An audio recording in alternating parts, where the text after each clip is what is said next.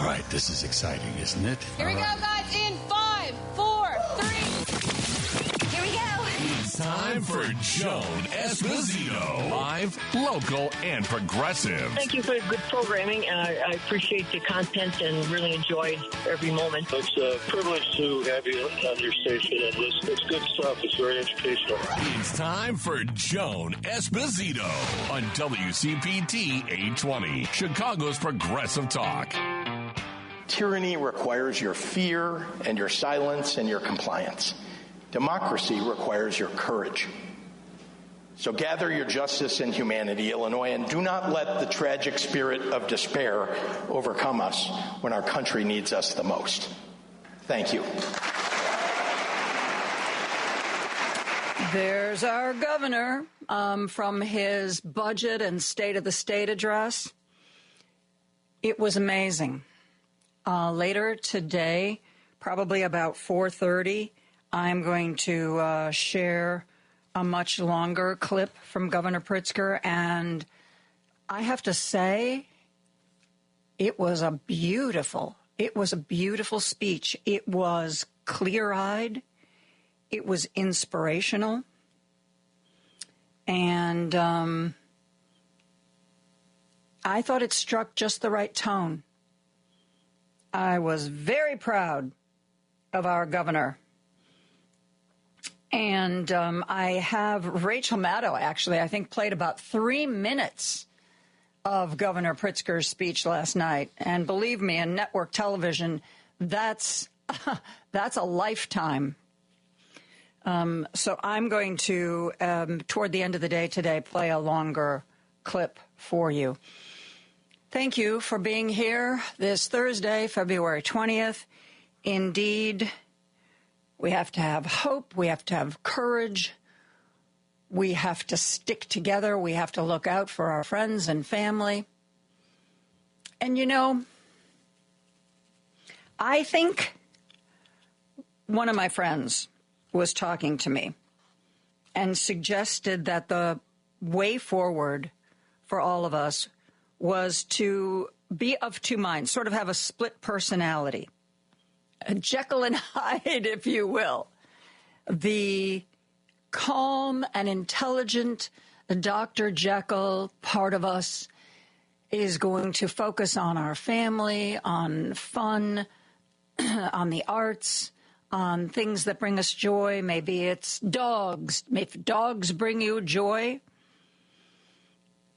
that's going to be one part of who we are going forward. And then there's going to be the criminally insane Mr. Hyde, or in our case, maybe the Mr. Hyde that kicks butt, the Mr. Hyde that picks a cause, books, women's rights, immigration, dogs, local activism, local political parties, and really sinks their teeth into that.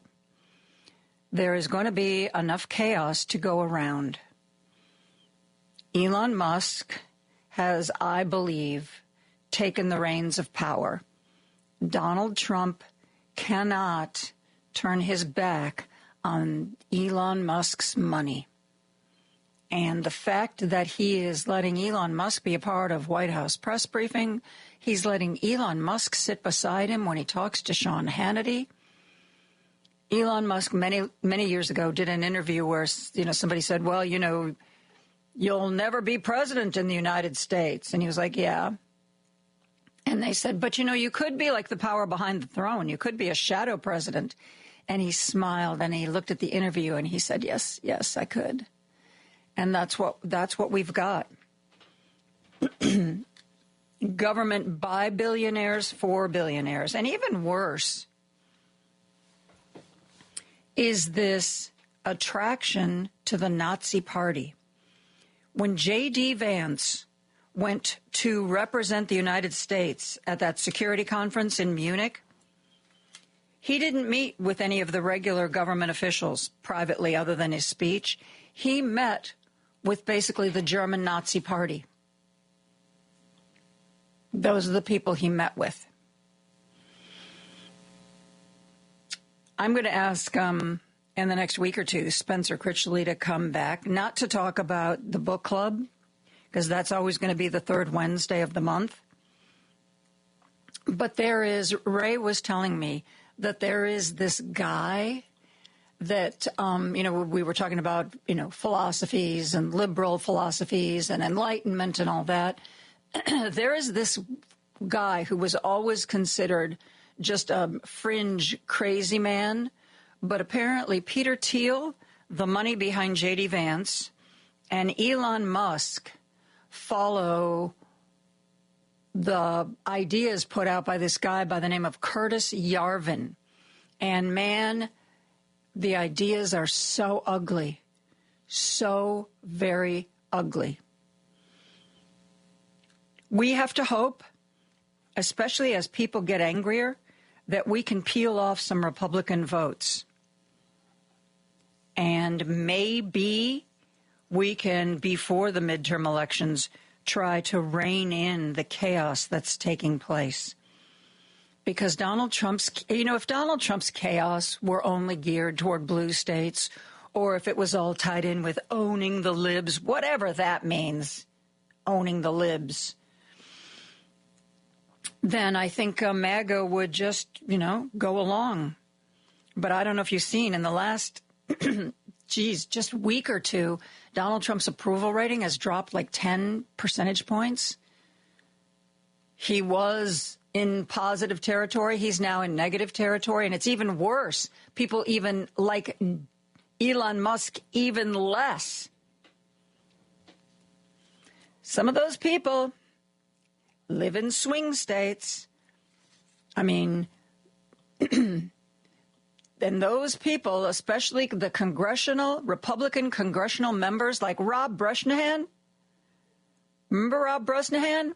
He lives in Pennsylvania, represents a swing state. He's a Republican. He's already come out and said he's not voting for any budget that cuts like Medicaid, Medicare, Social Security. No, that's a no-go for him. Democrats peel off a couple more Republicans who will lose their jobs in the midterm election if they sign off on some of these really radical programs. And then maybe, when somebody starts taking a stand, generally speaking, it's hard to be the first, but once somebody has taken a stand and broken the ice, it's a little bit easier to stand up with them. By the way, we are doing what we do every weekday. The phone lines and text lines are open. 773-763-9278. 773-763-9278. As usual, the text line lights up first, but Lady B is back at the studio getting ready to take your calls. Got this text. Steve Bannon called out Musk for who he is, an illegal alien who overstayed his student visa, then went on to take government money for his electric car company. That is absolutely right. He tries to say that he filed some paperwork and he was never undocumented, but that's not true. He came on a special visa, and he was required to attend classes, which he did not. He should have been deported. And remember, he didn't start Tesla. He bought it from the two guys who started it. And the only reason Tesla survived was because it got a big bunch of money from the government. The government that he is now dismantling.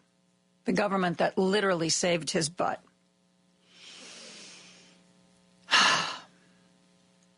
I want to tell you about a couple of things, 3 things, I guess that's more than a couple, that you can do. Somebody texted in to remind me. I mentioned this yesterday, but I got a reminder via text just now. Indivisible Chicago is hosting a rally tonight, 6:30 at the Fine Arts Building. That's 410 South Michigan. This is part of that group You can sign up, by the way, at indivisible.org. There is a group that wants to protest outside the Studebaker Theater. Hakeem Jeffries is on a book tour. And his book is about democracy. So if we're being really charitable, we might say, well, you know, this book tour may take him to places where they wouldn't necessarily hear an interview he does with CNN. You know, maybe he can reach a different audience. That's the positive side. The negative side, the side that Indivisible is arguing, is that with everything going on, with our government being dismantled, with a coup taking place before our eyes, that Hakeem Jeffries should be giving 110% of his attention to what is going on in the government, as opposed to talking to a theater full of people about his new book. I'm split on how I think about that. I'm hoping he sees this as an opportunity to go to places that might otherwise not hear what he has to say. Like if he goes to Bloomington, Indiana, to talk about his book. Usually when a real high-profile person does a book tour, before they do their little dog and pony show, like local television stations are often invited to come in and sit down and have like a 5 or 10 minute interview. So maybe Hakeem Jeffries uses this opportunity to get a message out to people who might not otherwise hear his voice. And if he's doing that, then I can support it. I mean, you don't know, and I don't know what he did when he got up this morning.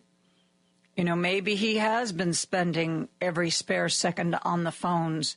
You know, he put out a 10-point plan for Congress. These are the things that I want you to do. These are the things that you should be doing.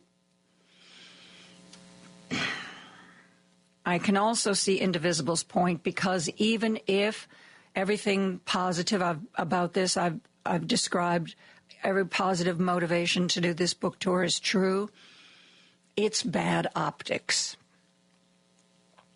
The appearance of something being bad is oftentimes just as bad as the bad thing. If it appears that he's on this book tour and only cares about selling books and is ignoring what's going on Capitol Hill, let's just say I think his political future will be shorter than he now believes. So there's the Indivisible protest. You can go to indivisible.org.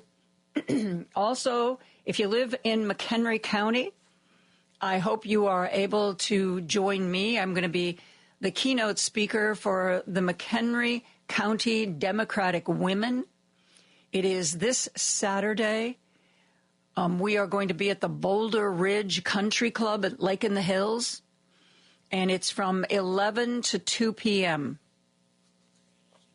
You can go to mccdw.net to buy a ticket.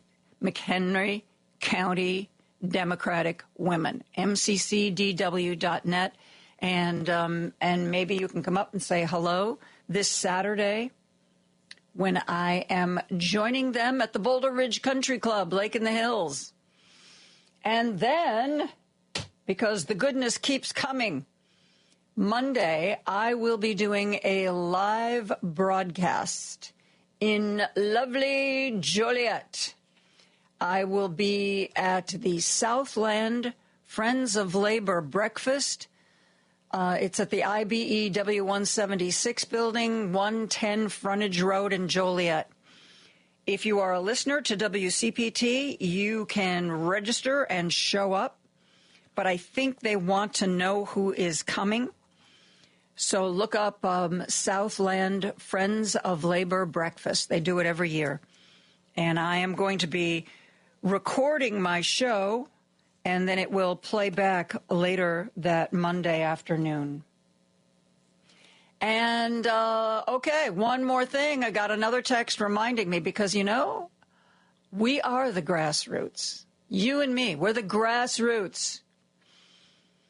And Friday, February 28th, that's a week from tomorrow, so I'm getting kind of out there.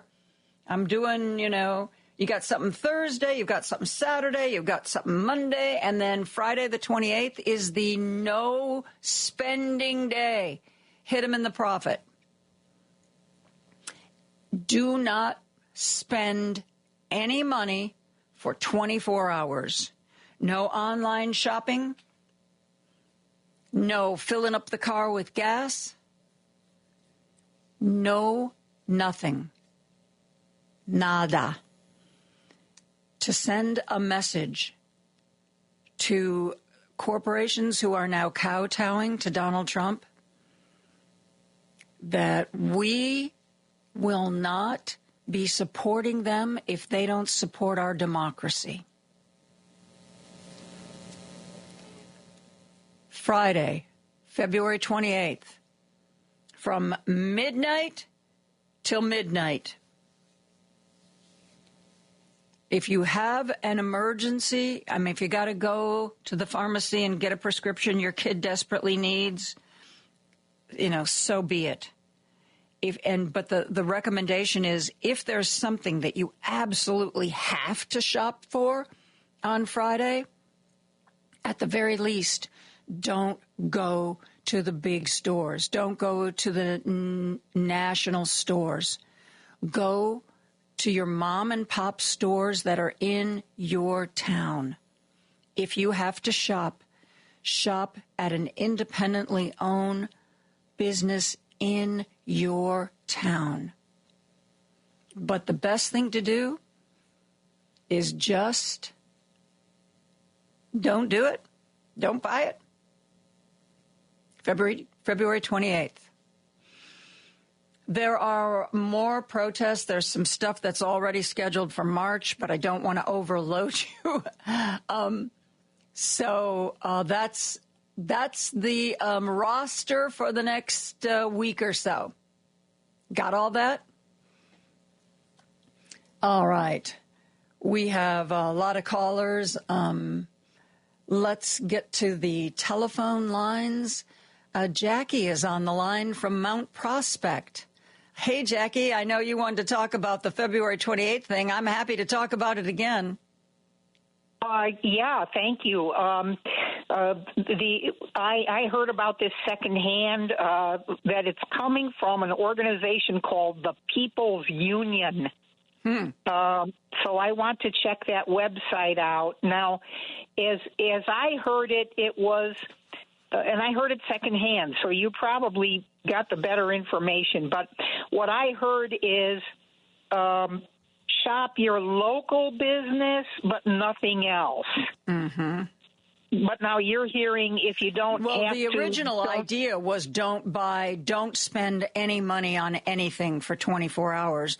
And then the caveat to that was if you absolutely have to, you're getting on a plane at midnight and you need a sweater or something, that if you have to shop local. But the best thing to do is just go one day without shopping anywhere.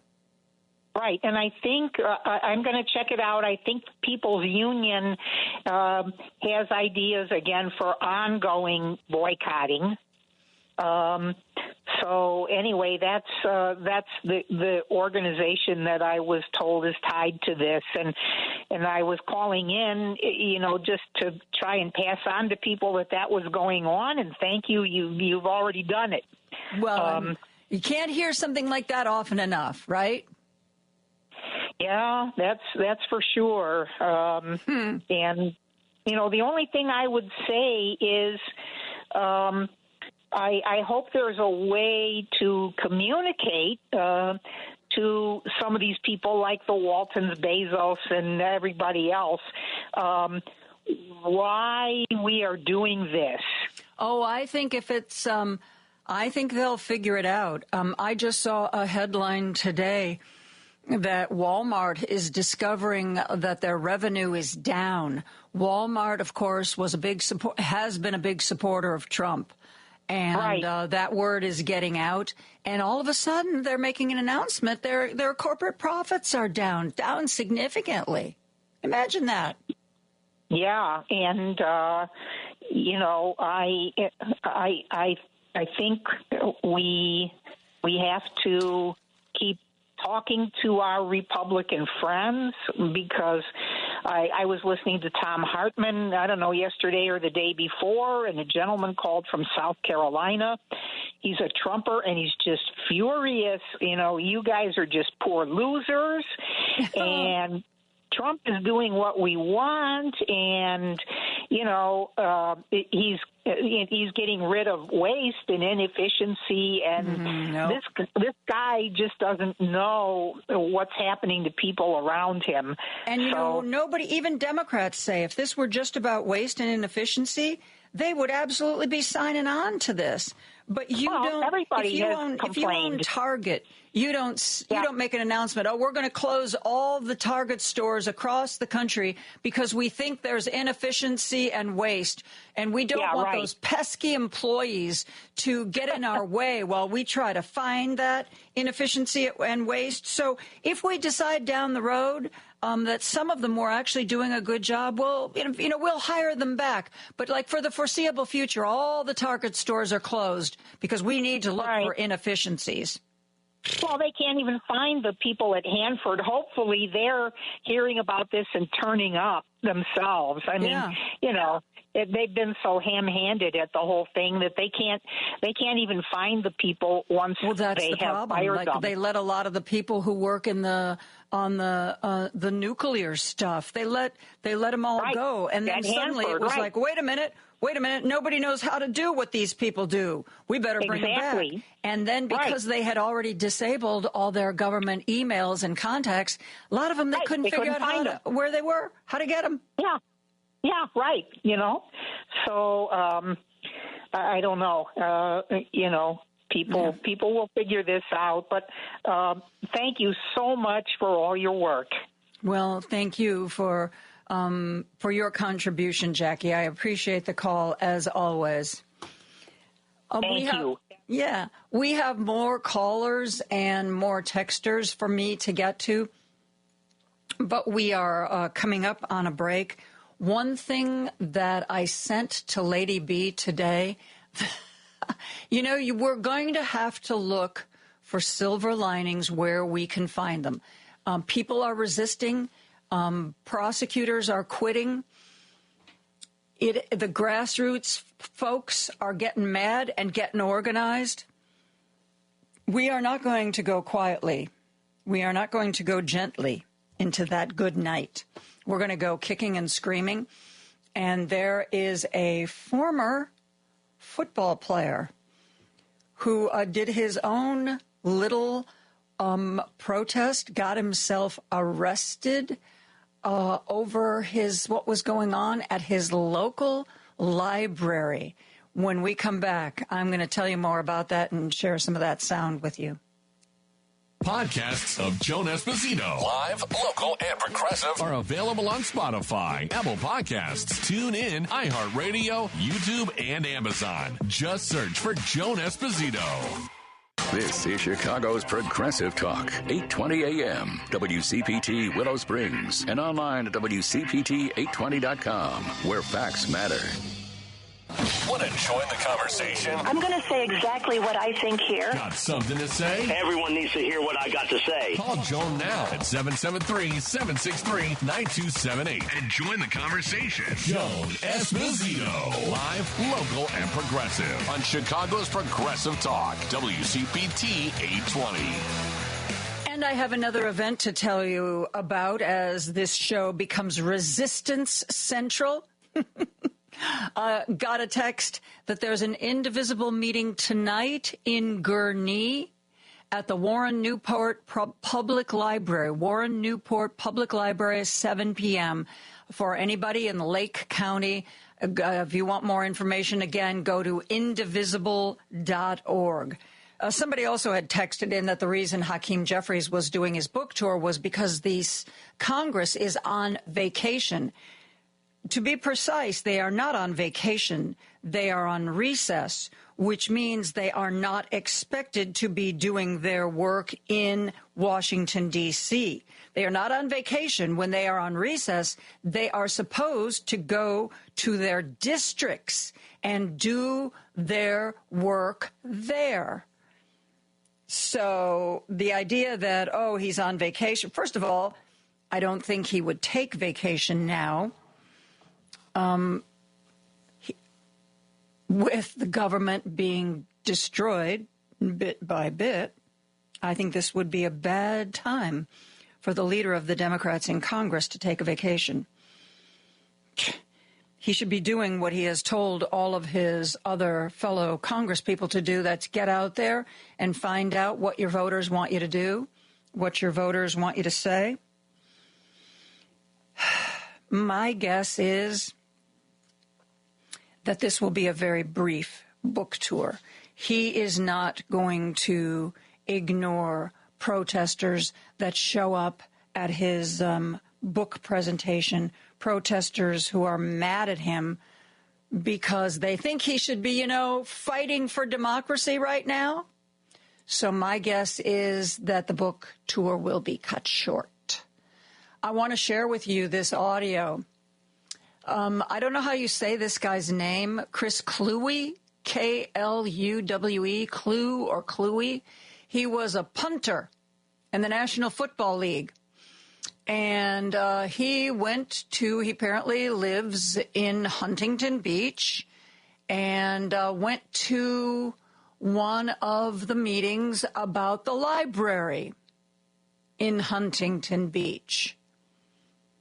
Public comment. You go to a library board meeting, a village board meeting. You want to talk to the people in charge. You sign up. You get your 5 minutes. You wait your turn. Mr. Kluwe decided that he wanted to talk about a plaque that was being proposed for the Huntington Beach Library. And he said, I'm in favor, and I know a lot of people who are in favor of a plaque to celebrate the library, but not one with MAGA on it. And he exercised not only his right to speak at that meeting, he exercised his right to civil disobedience. At the end of his remarks, he got himself arrested, went in front of the officials that he was speaking to, and the police who were there came out. He laid down doing his civil disobedience, and the police picked him up, cuffed him, and carried him away. This is my hero of the day, Chris Kluwe, former National Football League punter, again saying, Huntington Beach Library, it's great. Let's put up a plaque celebrating the library. Just don't put MAGA on it. Listen to this. This council does not listen, so instead I'm going to take my time to say what MAGA has stood for these past 3 weeks. MAGA stands for trying to erase trans people from existence. MAGA stands for resegregation and racism. MAGA stands for censorship and book bans. MAGA stands for firing air traffic controllers while planes are crashing. MAGA stands for firing the people overseeing our nuclear arsenal. MAGA stands for firing military veterans and those serving them at the VA, including canceling research on veteran suicide. MAGA stands for cutting funds to education, including for disabled children. MAGA is profoundly corrupt, unmistakably anti-democracy, and most importantly, MAGA is explicitly a Nazi movement. You may have replaced a swastika with a red hat, but that is what it is. I will now engage in the time-honored American tradition of peaceful civil disobedience. Get the heck. Get out.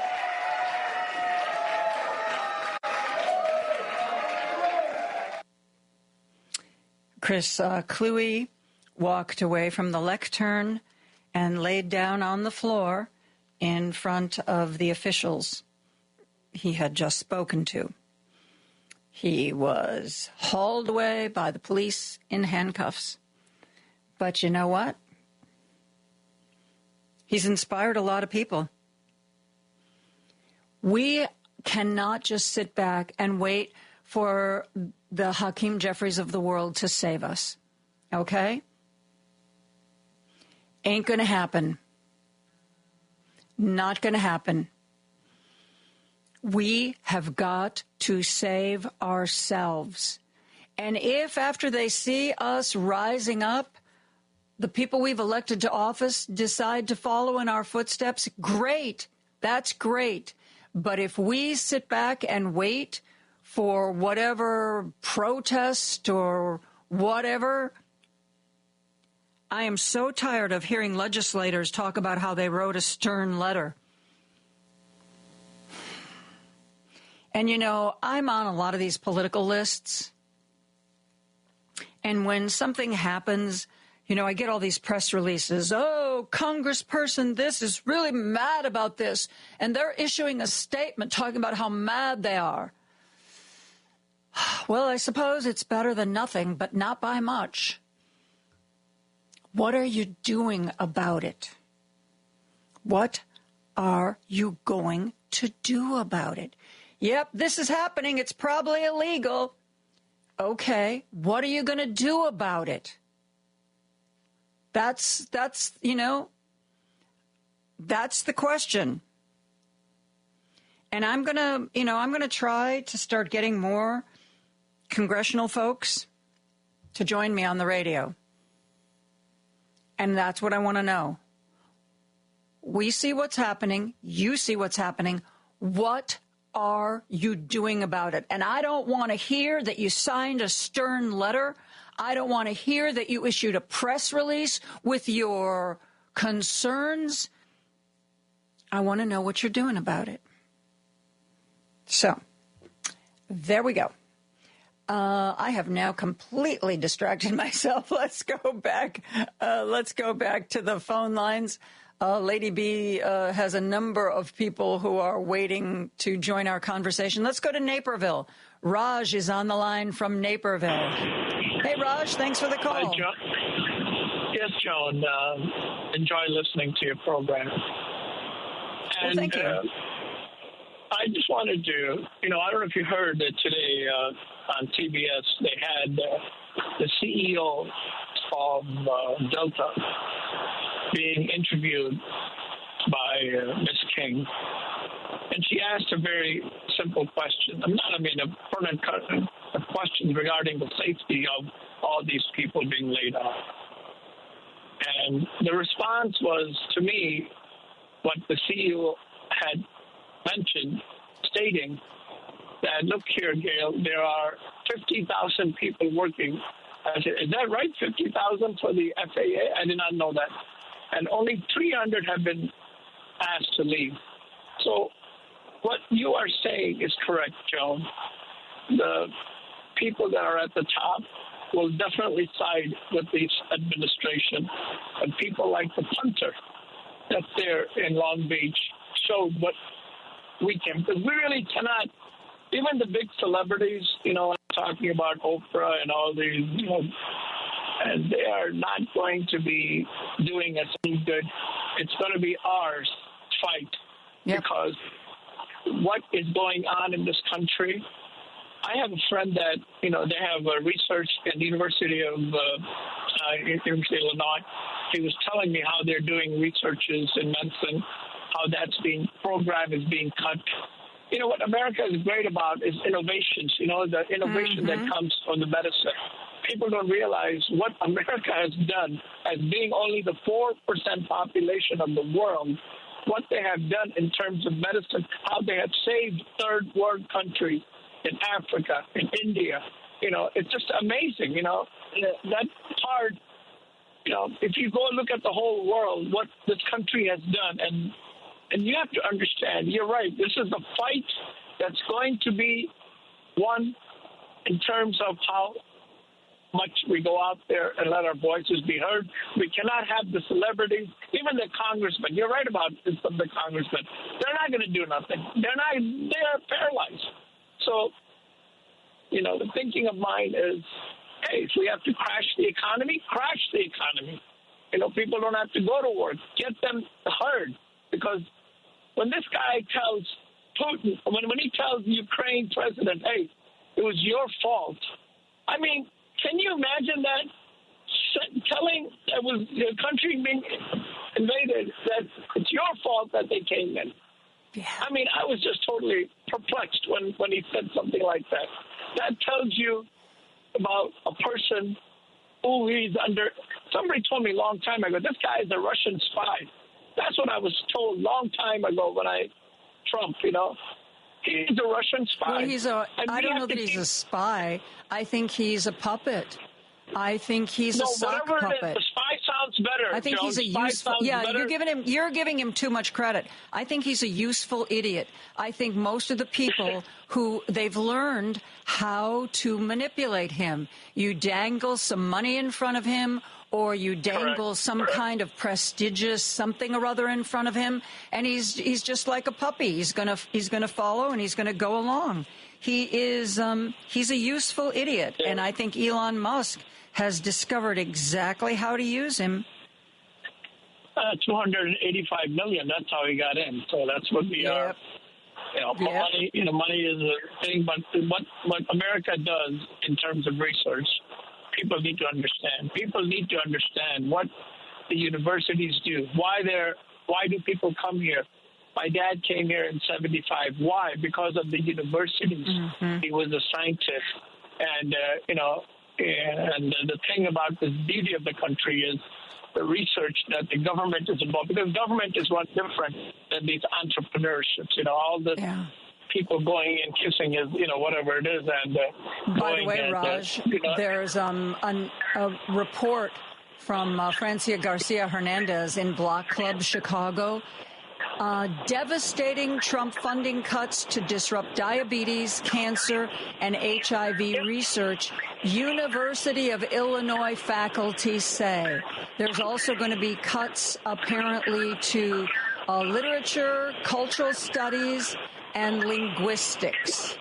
That's what the University of Illinois is looking at. And I know it's not the only one.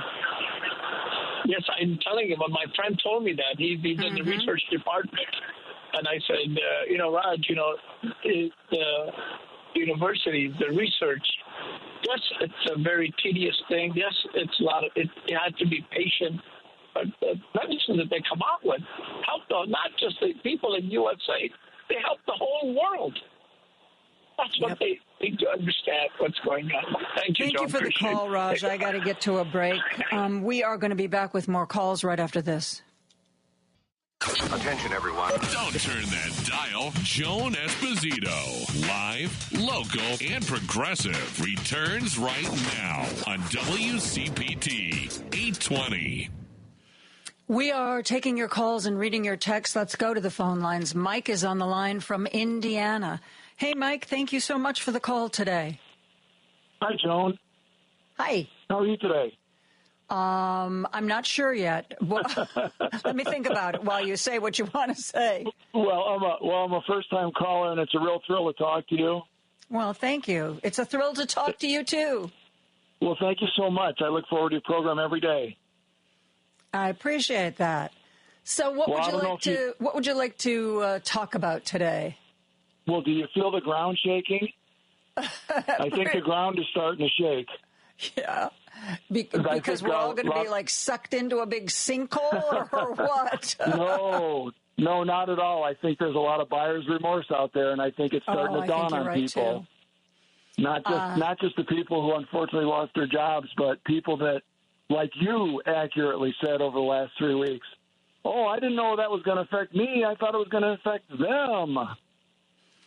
Yeah, exactly. And we're going to hear more and more of that. I was, that Wall Street Journal article where there were a couple of women who said, my God, if I'd have known this was what I was voting for, I would have voted for Kamala. But there were a couple of men saying, wow, he's doing so much. But see, here's the thing that you see and that I see. You're going to send all these government workers home, okay? Now we've got a bunch of people who are looking for jobs. These people are going to buy less at the grocery store. They're not going to go out to dinner. They're not going to go shopping for new clothes. There is going to be such a domino effect. He is on his way to tanking the whole economy. Because it isn't, it's going to hit Washington, D.C. hard and Virginia hard because the bulk of the people who live in Virginia work for the government in some capacity. But it's going to, the University of Alabama is the single largest employer in the state. They have had their financial legs cut out from under them. This is going to be, Kansas farmers are screaming that unless some sort of USAID program is reignited, they're going to go bankrupt. He is going to bring the country to its knees. Yes. And I have a true story. I was talking to a vendor in the grocery store, the kind of store where the food is that our president doesn't seem to understand where the food comes from. And this was like a week or two after the election, and I was kind of chatting with the vendor, and we got to talking about politics, and she had mentioned that she had voted for Trump, and she asked me, and I said I voted for Kamala, and she was kind of made a face, and we were talking a little bit. I didn't want to get too deep into it, but then I made a comment. I said, well, nobody's going to be able to retire. And she says, why? And I go, because of Social Security and Medicare. And she went, no, they wouldn't do that. Oh, my God, they're already talking about it. They've got bills to do it. Absolutely. And I'm surprised. Well, everything they've done up to this point has been for Putin. But I'm surprised they didn't go big to start with and go after Medicare and Social Security first. Maybe they're fearful that they're going to cause a great eruption in the country, which still could happen. But yeah. Well, a lot of Congress people are worried about it because, of course, they are running for re-election. And if you are a Republican who got elected in what's considered a swing district, man, you better be careful what you sign off on. And I think the best protests are the kind of protests that occurred when there was a threat to the ACA. And remember all the people that clogged the hallways of Congress in their wheelchairs and doing sit-ins and all that. And look what happened then. They saved the ACA. And I think that needs to happen this time too, because if enough Republicans, like we both know, if they get the fear of God in them, then they might be able to stand up to their own or party. Or the fear that they're going to lose their job. That is more, yes, for most of them, that forget about people, forget about the Constitution, forget even, about the economics of their district. They want to hang on to their jobs. That is supposedly what Tom Tillis, the senator who promised that he was going to vote against Pete Hegseth and then didn't, he was apparently told that between Donald Trump's wrath and Elon Musk's money, he would never get reelected to the Senate again. And he fell into line. Yes, he did. They care about their jobs, and if they feel those jobs are at risk, then that's going to be the motivation they need to stand up. Thank you so much for the call. I really appreciate hearing from you. Take care. Let's see, where are we going to go? Another caller from Indiana, Dave from Indiana. Hey, Dave, how are you today? I'm sorry. Dave from Hoffman Estates. Wow, I moved from Indiana. Yeah. Lady B is just trying to throw me a curveball. She wants to see if I'm awake, and we now know that apparently I'm not. No, she's working hard back there, so don't bust on her. A couple of things. Did you see? I tried to get it across on a text to Patty, but it got probably too late last night in Arizona, where they had them two single-engine planes crash midair, and that both pilots got killed. So that's what, 6 now since Trump took office with the air accidents. Yeah, I don't know how many there have been now. I've lost count. 6, 7, something like that. I believe it's 6. Now, did he cut people from the FAA also? Yep, he did. He absolutely did. And there's one, I remember I didn't read all the specifics, but there's one group called the Obstacle Impact Group. It had 15 people in it, and they're the people that keep an eye on, like when a tall building is built or new power lines are put up, the things that planes could potentially run into, obstacles that they might impact. there are now 4 people left doing the work of 15. Wow. Hey, and that talking about kind of boycotting whatever on the Saturday shopping, if you have to, I guess you could almost treat it like a modified small business Saturday type thing, shopping, you know, where you just go local and that kind of modify. Well, it's always a good idea to go local if you can to support local businesses. And frankly, even when I need something from the internet, I've started looking at Etsy. You know, artisans, craft people will sometimes sell their stuff on Etsy. And I know some of them, it's a pretty big business for some of them, but some of them are just like, you know, people who do like, you know, knit doilies or something. And I think that's another way to help support independent business people who aren't beholden to corporate masters. Yeah. And earlier, you had one of the earlier callers, I think it was Jackie, a kind of apron string on her when she said that caller from South Carolina either last week saying about liberals or progressives being sore losers. If my memory serves me correctly, it was the Trumpies who were in our living Groundhog Day with their Let me print constant out whine about 20, my text comments to share with her. Yes, I have never seen so many angry Trump people as just after the election when Trump won. It was breathtaking. It was breathtaking, the fact that they were still screaming mad. And I didn't understand that, and I still don't, except that I think that anger is their fuel. When that moron said that, you know, about being sore losers and that, I would have hoped the host would have shot back about how the Republicans were in the 2020, saying, you know, that the Democrats stole the election and all that crap, that kind of a whine, and then maybe end it with their battle cry from when George W. Bush stole that election in 2000 and say, get over it, you know? Yeah. Remember how they used to always do that to us? Yep. Yes, and now it's time. It's time for us to be very firm and very vocal when it comes to them and the things they're doing. And, you know, if anybody within the sound of my voice, if you live in an area where you have a Republican congressperson, you need to be contacting their office at least once a week. I know some people who call every day.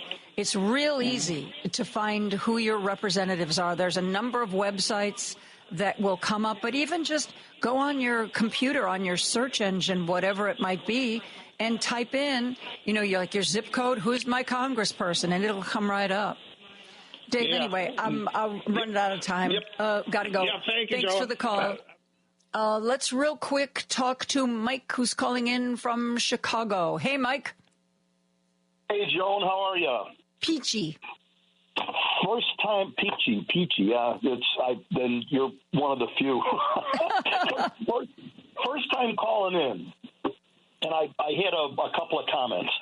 I was listening to your show while I was driving yesterday afternoon, and you were expressing frustration with the FAFO crowd, and how they could not see what was happening in front of them.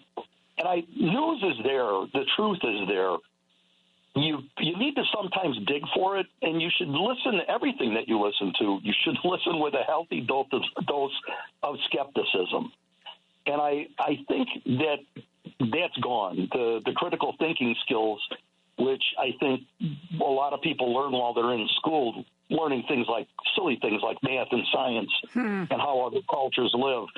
I just don't think people look critically at anything anymore. My wife's a former teacher. She's a therapist now. And we talk about this at length. I have a lot of friends that I've actually had to walk away from the past few years just because I can't stand their rhetoric anymore. And they told me that all the time. You can't find good news. Well, they listen to Fox and Friends. And there you go. They're getting... You can tell whenever you're talking to somebody who only listens to Fox, because sooner or later, the Fox talking points come into their conversation only they present them like they are facts. And it's been demonstrated by some of the reporters who study media that if there's something negative that happens that can be traced to the Republican Party or a Republican elected official, Fox will sometimes just not cover it at all, won't even mention it. You won't. If you only listen to Fox, you would never know that particular thing happened. Ooh, Mike, I got to go. We got to get to the news. Sorry, I went on too long. We are going to get to the news, and when we come back, we're going to talk to our good friend Joel Ostrow about constitutions right after this. The Thom Hartmann radio program provides all of the intelligence, information, and insight you'll need to win the water cooler wars. Weekdays 11 to 2 right here on WCPT 820, Chicago's Progressive Talk, where facts matter. Hey Google, play WCPT. Streaming Chicago's Progressive Talk from TuneIn.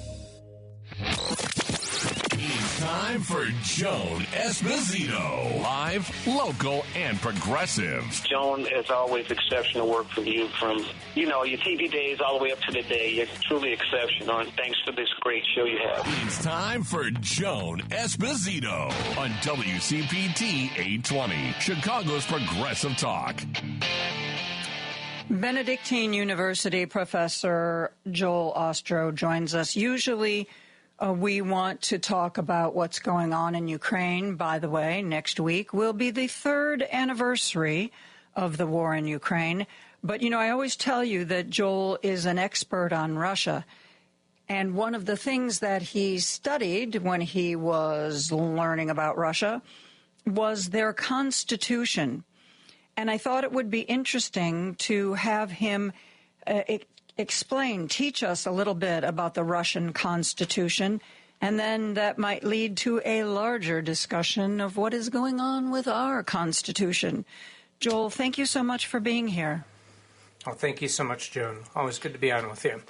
I have to tell you, I didn't even really know that Russia had an official constitution. I just thought the Constitution was whatever Vladimir Putin says, that's what we do, who we are. Well, that's what their political system is, right? So they have a constitution, and when it was first adopted, it was intended to function something like a constitution for a democracy. There's a lot of the reason I studied the Constitution so closely was because the process by which it was adopted after the violence between the Kremlin and the Russian Supreme Soviet. You might remember there was tank fire to blow a legislature out of existence that had tried to stage a coup. Yeltsin then, literally in his own hand, crossed out some lines on the draft constitution and wrote in his own. And that was what the population voted on. That's what ultimately got adopted. And I was quite alarmed. Experts, local for the most part, were not. They sort of shrugged it off, but it paved the way for first Yeltsin to seize control, to dominate elections, to even, some may say, rig some of the elections during the 1990s, and ultimately pave the way for Putin to ignore the Constitution and install his murderous dictatorship. And that's what it is. The Constitution's, he is, since assuming this uncontested power after having all serious opposition politicians murdered, investigative reporters murdered or exiled, seizing control of all the media, he then forced through essentially through executive order, changes to the Constitution that enshrine his dictatorship. But other parts of the Constitution read quite nicely. Freedom of association, freedom of expression, freedom of the press. Before you move on, I have a question. You say Boris Yeltsin scratched out a few lines and wrote in his own. What did he get rid of, and what did he write in? The most significant part was eliminating the checks and balances between the parliament and the president. basically eliminated things like votes of no confidence, severely proscribing impeachment procedures, mostly related because of it was in outgrowth of the conflict between the old legislature and the executive that inspired those changes, mostly out of fear and sort of the trauma of that battle. But it did have lasting consequences that had an impact on future electoral politics and the like. The thing is, though, when Yeltsin, what those changes made and the way I wrote about them is very similar to the general situation we face here now, but for different reasons. Those changes meant that how politics were conducted in Russia depended on the personal preferences, predilections of the leader, of the president, which by definition is dictatorship.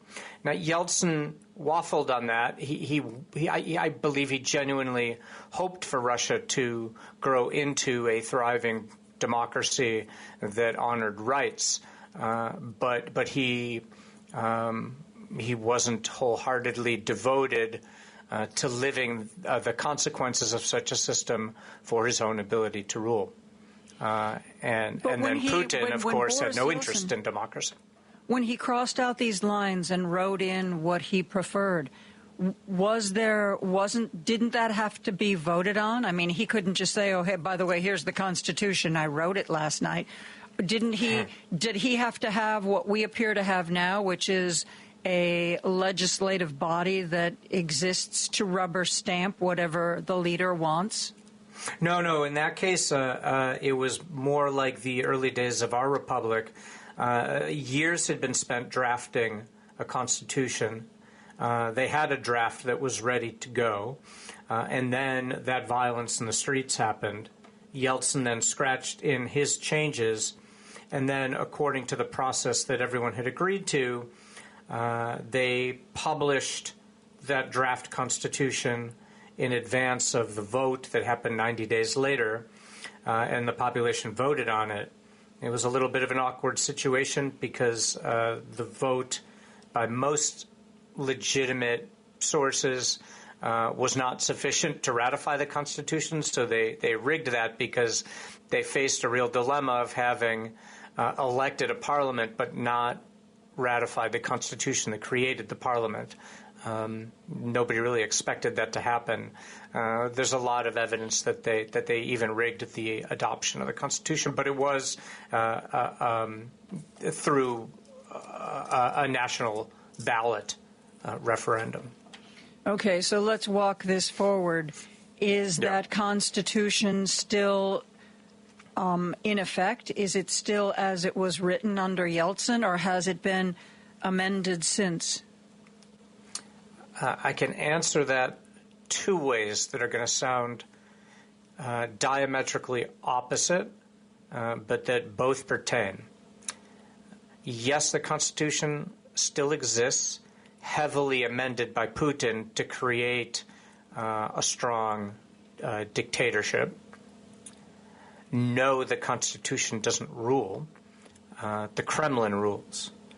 And the Kremlin, on a daily basis, violates the Constitution that it essentially rewrote through massive amendment. Whatever Putin wants to change, he changes. The whole situation around Navalny is a perfect example. The multiple shifting, changing charges and trials, the corruption around it, the violation of their own procedures around it, everything was controlled and orchestrated by the Kremlin. And that's just one example, but it pertains everywhere. Like I said, the assassination of opposition politicians, not just Navalny. There's a whole long stream of such assassinations. The prevention of the organization of opposition parties, the control of the media, the heavy censorship, on and on. The whole system is dictatorship. I want to talk to you more about this. We're going to have to take a break, so let's take it now because I don't want to get started on a train of thought and have to interrupt us. I'm talking to political science professor Joel Ostrow from Benedictine University. He also co-hosts the World Discord podcast. He's an expert on Russia, and we are trying to get educated, at least I am, about the Russian Constitution, what it says, and whether or not it influences anything they do. And we'll be right back with that and more right after this. Take Joan Esposito, live, local, and progressive with you on the go by using the TuneIn app on your phone. Just search for WCPT 820. The Big Picture with Edwin Eisendrath, Saturdays at 1 p.m. Count me among the Americans that want to see change. Now, of course, the change I was looking for would have put Kamala Harris in the White House. Americans voted for change. They just, Trump, I think they got the wrong kind. Still, I'm grateful for elections, even when we lose. You know, they tell us about ourselves, and we can't ignore that and shouldn't. The Big Picture with Edwin Eisendrath, Saturdays at 1 p.m. WCPT 820, Chicago's progressive talk, where facts matter. Now back to Joan Esposito, live, local, and progressive on WCPT 820. And I'm joined by political science professor Joel Ostrow from Benedictine University. He's an expert on Russia, and we are talking about the Russian Constitution that, Joel, you said Boris Yeltsin made some tweaks and that Vladimir Putin has added some tweaks. I assume they are changes that benefit his powers. Talk about the changes he made. So, first of all, I should preface this. My expertise on the Russian Constitution came when I was explaining the rise and consolidation of Putin's dictatorship.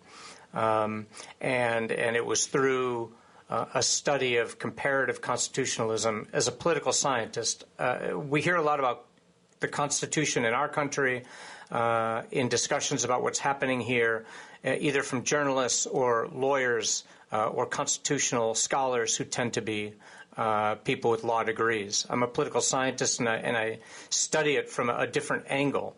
But I did have to become expert on comparative constitutions and how to read them in order to do the research I did on Russia's dictatorship. To be quite honest, I cannot talk about the details of the changes Putin has made because the fact of the matter is, under Russia's political system, they're not relevant. I can tell you that they are all aimed at authorizing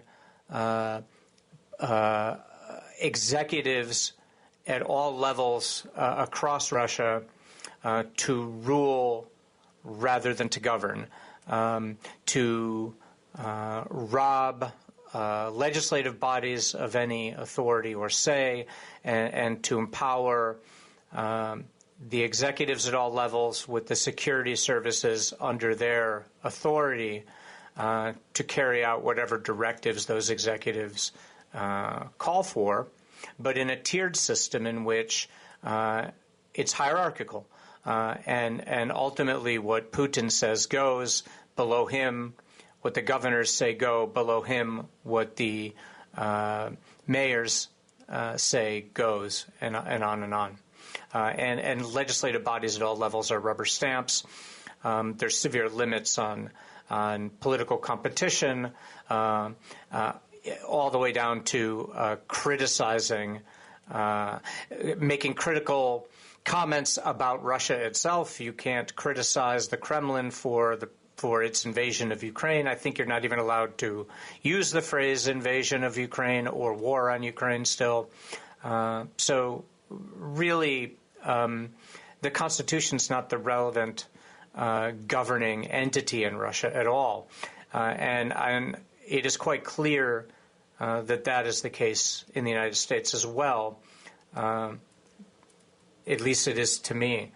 Before we segue to the United States, sure. Why does, when we know that he's a dictator, when we know and he knows that he fully controls everyone and every aspect of government, everyone in government and every aspect of what they do, why does he still bother to hold elections? they're farces. I mean, it is a source. It's a source of legitimacy, a facade of legitimacy, and enables him to use another form of propaganda to brainwash the people in his entirely censored media environment. Even North Korea holds elections, but they're not. It is disgusting what the ruler of the United States articulated the other day, demanding that Zelensky hold elections in Ukraine. Yeah. Vladimir Putin has held power in Russia for 26 years. Not once has he held a free and fair election. He has had at least a dozen major opposition figures murdered, shot in the back of the head, or poisoned to death. He has had murdered those who would donate to or try to finance independent political parties. He has sent to hard labor camps where they have wasted away mid-level political organizers and activists who have views different than his. He murders people outside of his country using chemical weapons and terrorist attacks. This is day after day after day. That is his rule. And for the ruler of the United States to call on a country that has been invaded and is occupied to hold elections tells you everything you need to know about him. And for his national security advisor, I think it was the national security advisor, it might have been the defense secretary, to compare the United States holding elections in the Second World War as an example for Ukraine to follow. I don't remember the Nazis occupying the United States of America until 2025. Really? Is it possible, I want to talk more about our Constitution. Is it possible that Trump's outrageous statements that Zelensky started the war and his call for elections, because, how are we going to do these elections? We're going to ask people to gather together when that would be a great place to bomb them and kill them. Much of the population is now in other countries as refugees. Yep. How are we going to get 6 their million votes? And how are we going to get the votes of the people who are living in active war zones? I mean, it's absurd. It's one of those things that if you don't give it any thought, maybe it seems reasonable. But if you think about it for literally half a second, you're going to go, no, that's absolutely unworkable. I don't know if you heard, there was a Republican from Mississippi, Senator... Mississippi, too. Yeah, Mississippi. Senator Roger Wicker, who said on Tuesday, he was asked by, I think it was Manu Raju on CNN, about Putin, and he said Vladimir Putin should be in jail for the rest of his life, if not executed. Putin is a war criminal. Read what that same senator said Wednesday. It was either Wednesday night or today. He has fallen in lockstep behind the Fuhrer. Yep. I didn't see the follow-up. During the break, you ran a long segment. I think it was Edwin Eisendrath, right? It was. I was nodding, yes, yes, yes, until he said that we are early in the process. We are not early in the process. Yeah, we I agree with you. are far advanced down the road towards fascist dictatorship in the United States of America. And the evidence for that was the reaction of Christoph Heusgen, I believe that's how you pronounce his name, the outgoing president of the Munich Security Conference. If your listeners have not heard his speech, and really you need to watch it, his speech at the closing of the Munich Security Conference earlier in the week, you should. This is a man, a German, who knows a thing or two about fascism. And just because the American public is brainwashed by a fascist cult, the problem is you can't see that you're brainwashed by a fascist cult until the catastrophe hits. That's what fascism does. But the rest of the world can see it. And the rest of the world is terrified. And those who are brainwashed by the fascist cult think that is great and fun and happy, but it is worth watching not only Mr. Huysgen's speech, but the reaction of the security leaders from the whole continent, the ovation they gave, the hugs they were giving to each other, and the tears shed over the demise of democracy in the United States of America and what that means for them and the rest of the world. There is a former military intelligence officer by the name of Malcolm Nance, who's a regular guest in the mornings with Stephanie Miller. He actually, when the Ukraine war first started, went back to Ukraine to fight there for 6 months because he said, I know those people. He said, I can't sit here and do nothing. And he was on fire the other day, and he said he takes a very strong view. I agree with you. I think that we are not in the beginning of this. I think we are in the thick of it. Malcolm Nance takes the view that democracy is already gone, that the coup isn't happening. It's so much as it has happened. Has happened. And that people have to wake up to that. You agree? And it is so difficult to see. It is so difficult for Americans to see. And please don't take this the wrong way. The way you were just speaking a few moments ago, we have such blind faith in our institutions because our whole system depends on our acceptance of and love for our institutions. And it is based on the assumption that those who occupy positions in our institutions of government honor them and abide by them and seek only to strengthen them. But this is the problem we have now because the rulers, and you will note, we do not have a government, we do not have an administration. I've said before on air that there's no longer a Republican Party. I don't know what we call it, the MAGA Party, but we have a regime, not a government. And the rulers in that regime are people like Vought and the other main architects of Project 2025. They told us in black and white in about 1,000 pages exactly what they were going to do, and they're doing it. They have only hatred and disgust for our institutions. And I'm talking about separation of powers, checks and balances, judicial independence. And people are saying, this is illegal. Oh, look, the court ruled against this. So what? It means nothing. And the democracy, Joan, that we grew up in and that we knew, it's gone and it can't come back. The only question is what the future will hold.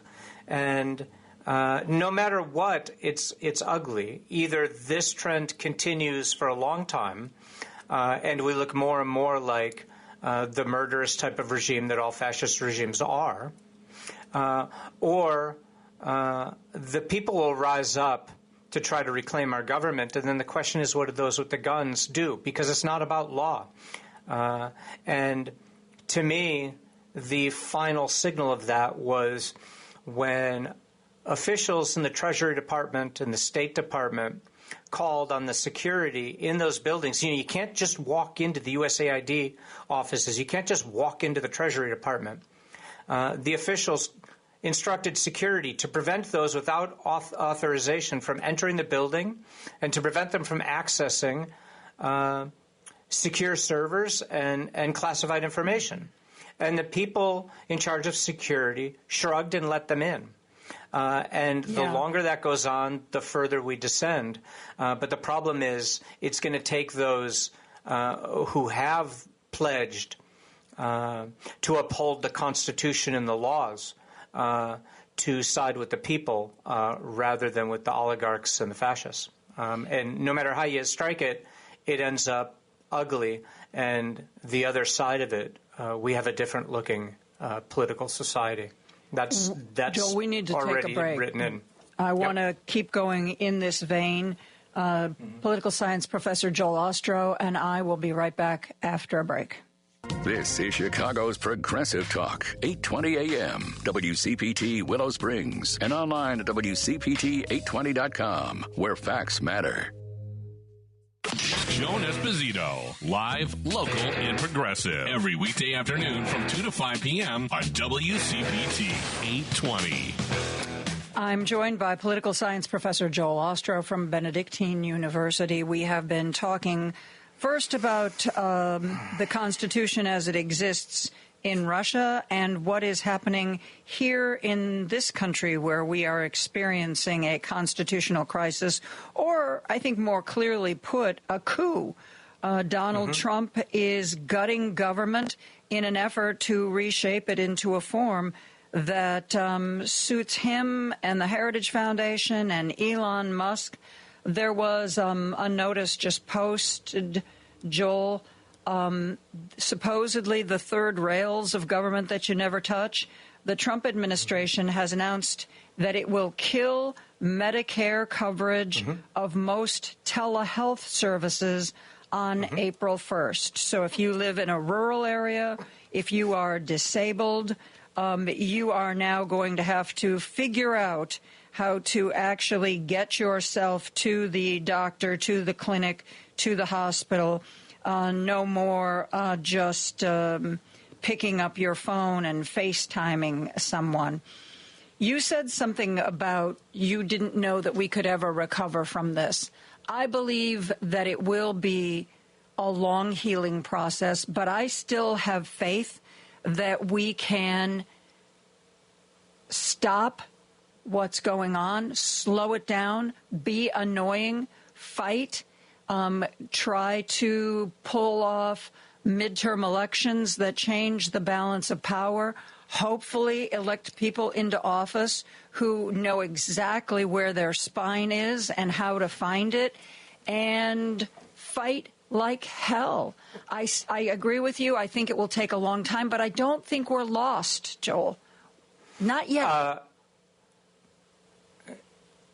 I partly agree with you, but on the other side, you can't recover the norms that have been demolished.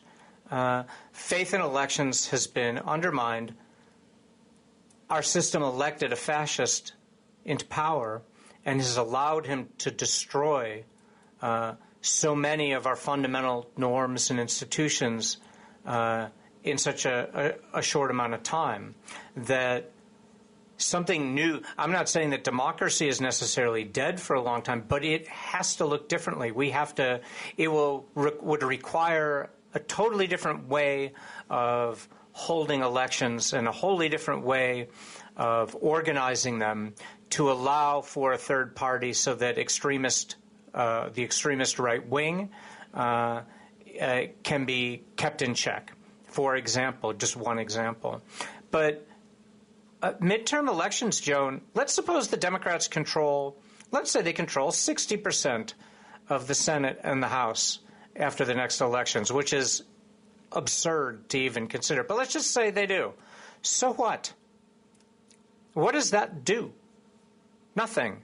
Suppose the Supreme Court rejects every single act that Trump and Musk have imposed since January 21st. So what? None of that matters if those acts of this hypothetical Congress and this hypothetical court, if they issue them, how do they get enforced? Who's going to enforce them? And the problem with not being able to answer that question is the problem that I'm describing, that we can't go back. And going forward is going of necessity to be different. We're going to need different norms. Because now elections are warfare. How do we make elections not be warfare again? How do we restore governing towards the center? How do we restore, the truths that you and I hold to be self-evident, that all are created equal? Our current rulers, and I'm not just talking about Trump and Vance and Musk. I'm talking about the whole cabinet. And I'm talking about not even the cabinet, Stephen Miller, who's arguably the most powerful person in the country. Those guys are fascists.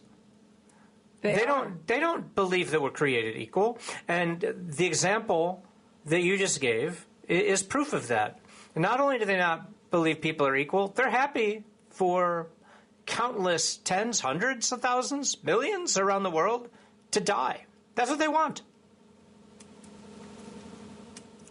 And that, let us be clear, the United States of America installed this regime. And you and I installed this regime. We obviously didn't do enough to prevent it. And unlike the people of South Korea who poured into the streets, we're not pouring into the streets. Even in, where was it? Unlike the all of the elected officials and government officials at that Munich Security Conference in tears. Chucky Schumer isn't in tears. Hakeem Jeffries isn't in tears.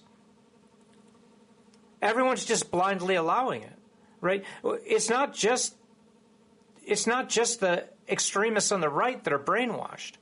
We've also been numbed into whether it's terror or fear or having just given up the game. There's nothing we can do about it. I put myself in that group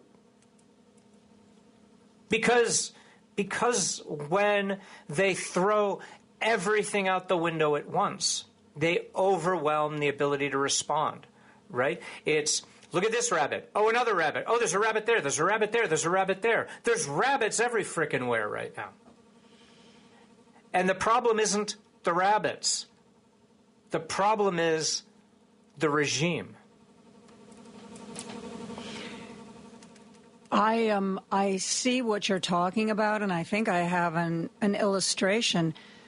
My neighbors told me that they were on the phone town hall with Congressman Brad Schneider, and at one point, I don't know how many people were on the call, but at one point, apparently, there's a way to do a telephone poll, and he said, what do you want to see from me going forward? Do you want me to go along with what the Republicans are doing? Do you want me to try to work in a bipartisan manner? Or do you want me to resist everything that's happening? And our neighbors voted for resistance, but they said he's immediately tallied the results, and the majority said, oh, work in a bipartisan manner. And I'm thinking to myself, nope. Theoretically, and maybe on paper, that looks really good, but I want to get Brad Schneider on this show and say to him, have Republicans come to you in the House of Representatives and said, oh, Brad, really, we really want you to sign on to this bill. You know, we want to move ahead in a bipartisan manner, and we think this aligns with your values. Have Republicans come to you? If there's bills that you want to move forward, are there any Republicans you can go to and say, hey, this is a great bill. How'd you like to be my co-sponsor? It is like we're holding on to something that a lot of people don't want to acknowledge is gone. It's worse than that. What Brad Schneider doesn't recognize, what nobody in Congress recognizes, what your neighbor doesn't recognize, is Congress doesn't matter. Congress does not control the power of the purse. It does theoretically on paper. Well, that's the key word. Congress no longer controls the purse. Congress no longer has the power of the purse. But that's because we've Congress got no longer has oversight. Government that's not capitulating to Trump. I don't think if Democrats were able to have a majority, I think there would be the pushback, the standing up to that we're both bemoaning is gone. Yeah, they would pass different kinds of laws. But again, this regime is going to do what it wants to do. They don't need Congress. They obviously don't need. Congress has passed budget laws. Congress has appropriated monies that, by law, are to be spent. And the White House has decided unilaterally, we're not going to spend it. Our institutions are gone. That is a thing of the past, at least for now. Can it come back? Maybe. But the way to get it back is not going to happen in Congress. Congress doesn't exist because there is no Republican Party. If there were a Republican Party, there would have been all sorts of opposition. Trump would have been impeached already. There is no Republican Party. The gang, whatever you want to call it, the cult that uses that label is not the Republican Party. It's MAGA, and they have ceded all voice to the gang that controls the White House and the executive branch. They tell you this every day. They tell you this. They tell us this every day. It's just that nobody's paying attention to what they're saying. They're telling us every day, we don't care. Let them do what they want. Lindsey Graham's, I don't care. Let them do what they want. Trump is going to do what Trump wants, and then it'll be okay because Trump did it. That's exactly what Lindsey Graham said yesterday regarding Ukraine. We need to take a break. I'm talking with political science professor Joel Ostrow. We will be right back after this.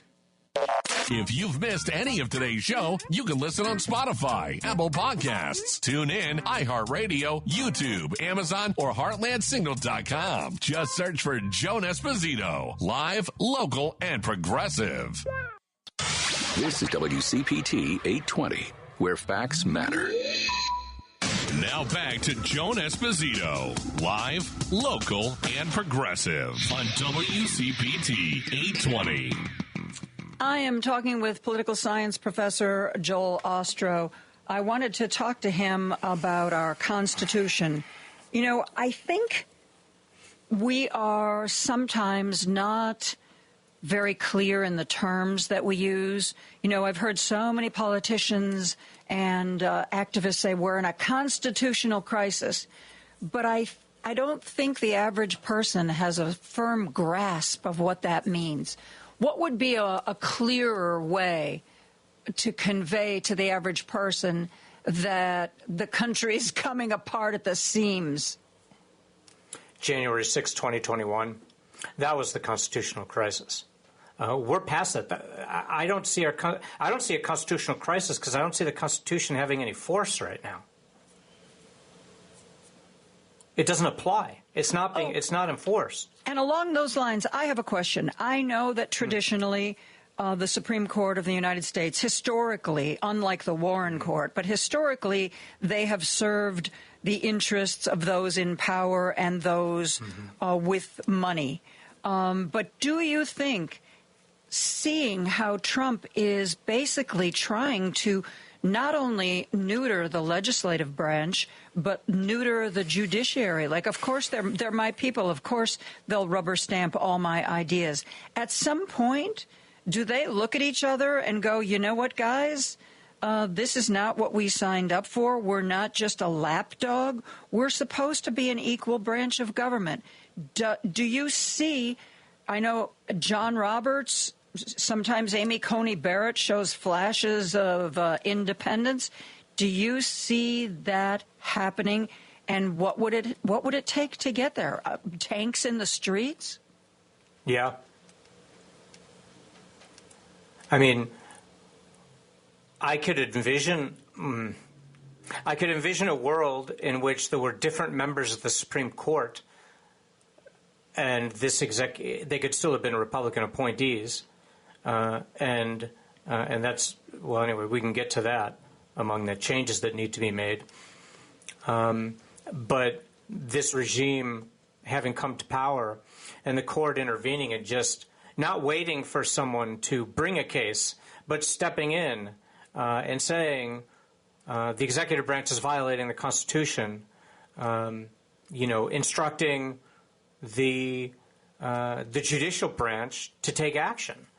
There are FBI agents who swore oath to the Constitution, who are the security agents. They carry weapons. They have handcuffs. They can enforce the law. To one of the somebody needs to give the instruction, though. Somebody on one of the cable news shows said that they worried that we would not get the resistance from the FBI because that culture is, yes, sir. Yes, sir. Whatever you say, sir. Yes, sir. Yep. Unlike maybe other agencies where people are allowed to be a little bit more independent. That one of the platforms, the founding platforms of the FBI is that you do what you're told. And that maybe we don't want to be looking to the FBI to save us. You do what you're told, but it's also in enforcing the law. It's the same with the military. They swear an oath to defend the Constitution against enemies, foreign and domestic. And you don't need the Secretary of Defense or even the Chairman of the Joint Chiefs. The military has many tiers of command, most of whom must be horrified by the recent pronouncements of this regime. It's interesting because the military also, there are a lot of Trump supporters in the military, and the fear was that Donald Trump would install them all in positions of power, which he may yet do. But I think Pete Hegseth saying, oh, by the way, military, plan to cut 8% out of your budget, and not just this year. I want to see an 8% cut every year for the next 4 years. And you know who's going to be cut. You know who's going to be cut. Look at what happened after the Justice Department, a sort of cringe saying that, dropped the case against Adams. What was it, 9 federal U.S. and assistant U.S. attorneys resigned? Yeah, there was like 1 or 2 every day. I mean, that is it. And why did they resign? I think they hoped that there would be some united action. Nope. Nothing. They resigned? Okay. And now we'll replace them with people subservient to Stephen Miller. Great. Well, what are they supposed to do? The woman people have faith in the institutions. Danielle Sassoon, the one who first resigned, rather than doing that, should she have held a news conference and say, they're asking me to do this, and I'm telling you right now, it's absolutely illegal. It is political. That is not what this office is supposed to be about. And then go back to her desk and wait to be fired. I mean, call on the Supreme Court to act. Call on the Supreme Court to act. Call on the FBI to observe their oath of the Constitution. What I'm describing is something that is going to be horrific. But it's already going to be horrific. It's which horrific do we want? Those are our choices now, right? Hitler destroyed Germany's constitutional order in, what did the governor say, 53 days and some number of hours and some number of minutes. The Constitution rendered the Constitution no longer functional and rendered all political opposition powerless, had firm control over all of the levers of power in Germany. And it wasn't until after the catastrophe that people woke up. How did that happen? Can you give me a Cliff's Notes of how that happened in 53 days? We're seeing it here. I hate to say it, we are seeing exactly the way it's happening here. Of a flood of decrees that demolish existing institutions, that replace and destroy pre-existing norms, not just the ones that led up to the Holocaust, but the ones that eliminated an independent legislature, that eliminated an independent judiciary. What we saw in response to the drop, to the actions around the dropping of the charges against Eric Adams, is the painted picture of the destruction of an independent judiciary. And this is a regime that thrives on, that only knows misinformation and disinformation. They accused the Biden administration, Joe Biden, the American institution defender, including of independent judiciary. If the judiciary had not been independent, the charges against Trump, the trial, Trump would have been on trial within 12 months rather than going 4 years without a trial. That's how we know the judiciary was left independent. Now it's not. Now it is controlled by the White House. We don't have an independent judiciary, but we still believe we have one. That's the problem. That is how the Nazis consolidated power in Germany. The public still thought they had the old system when they didn't. And by the time they woke up, well, at that point, it was World War II. When are we going to wake up? Some people have said that for those who are more familiar with the history, the lead up to World War I, and now that we've looked back and, seen how it happened and how it could have, had a few things gone differently, been avoided, and then the lead up to World War II, I'm hearing from some people who know more history than I do that we seem to be in a similar set of circumstances. Are we leading up to World War III? And will we be the good guys or the bad guys? Right now, it looks like we're part of the axis of evil. It does, doesn't it? That's why Christoph Huygens broke down in tears. Because the two most powerful militaries in the world are allied against democracy.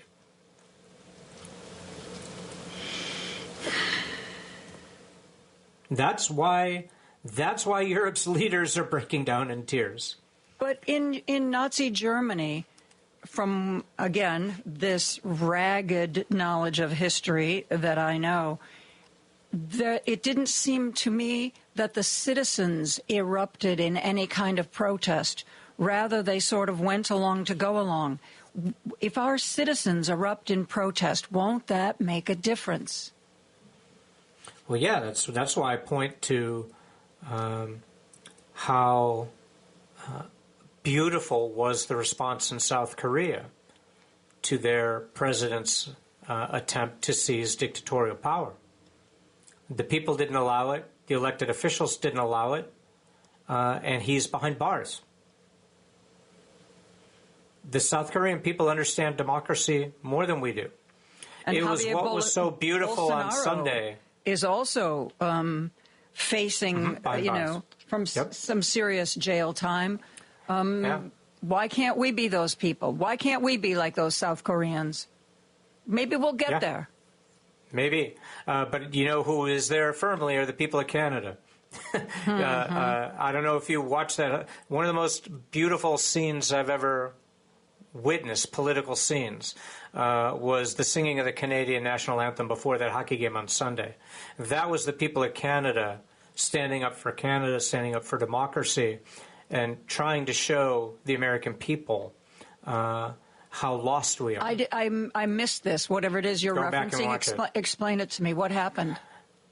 So the anthem singer got through about 3 bars and just stopped because the entire crowd was roaring out the Canadian anthem.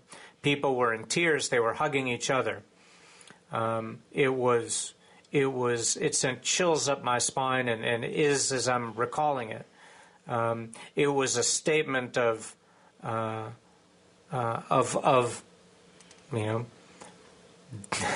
beloved native land and their devotion to freedom, independence, democracy.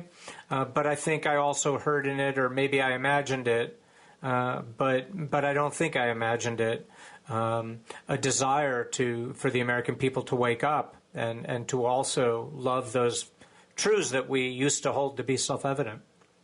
Because ultimately that's what it comes down to. But we have a regime that is motivated and motivates around hate. And in the end, that is the most fundamental norm that has been violated here.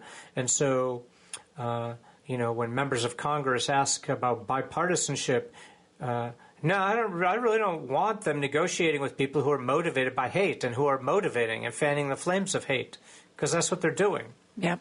We need to oppose it, not work with it. Yep.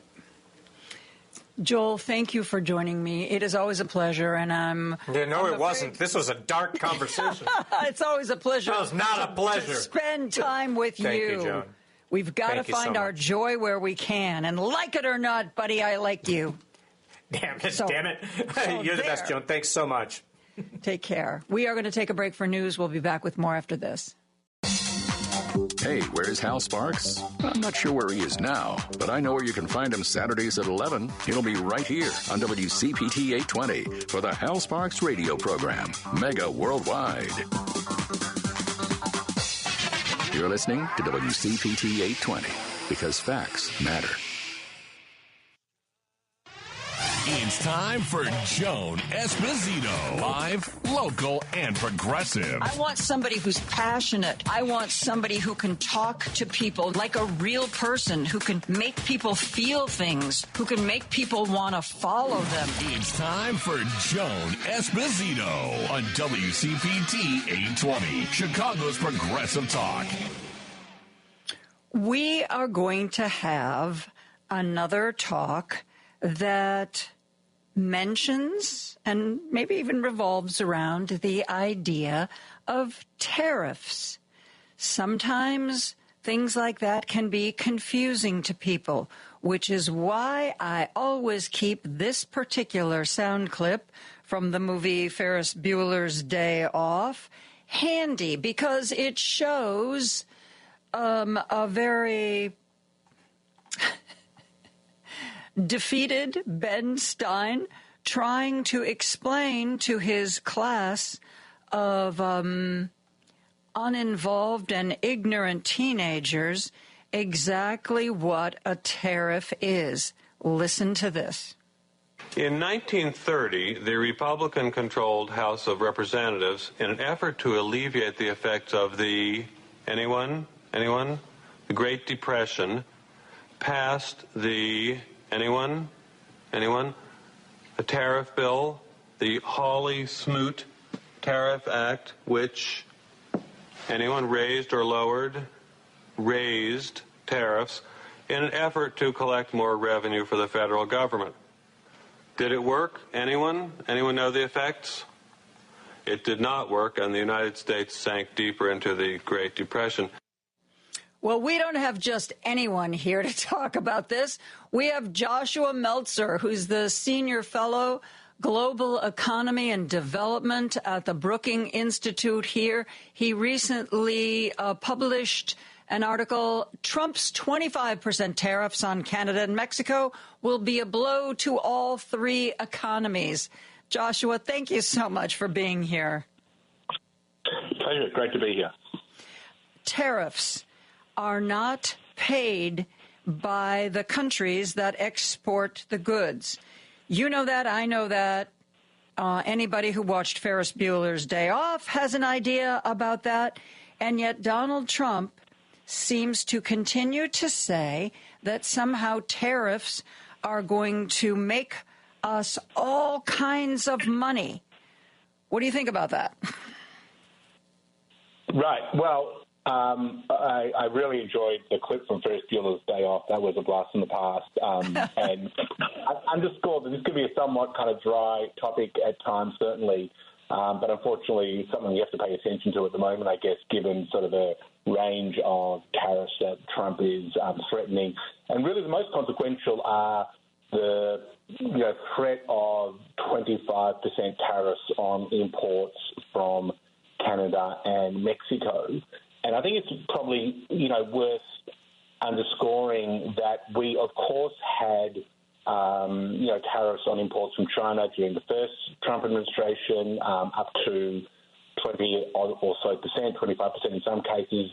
The Biden administration, continued these tariffs and added a few additional tariffs, fairly targeted, but a few additional tariffs. We've had recently now an additional 10% tariff by President Trump of all Chinese imports. So that's on top of the existing Chinese tariffs. And what we saw the first time around, so we have a real-life experiment, right, in terms of what the impact of these tariffs on China has been.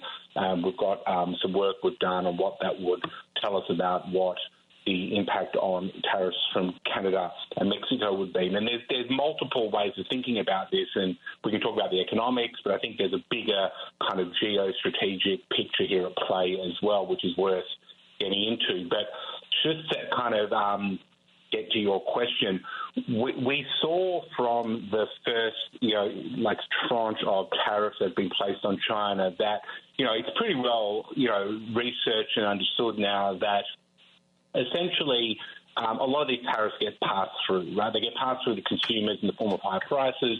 they get passed through the businesses in the forms of higher input costs.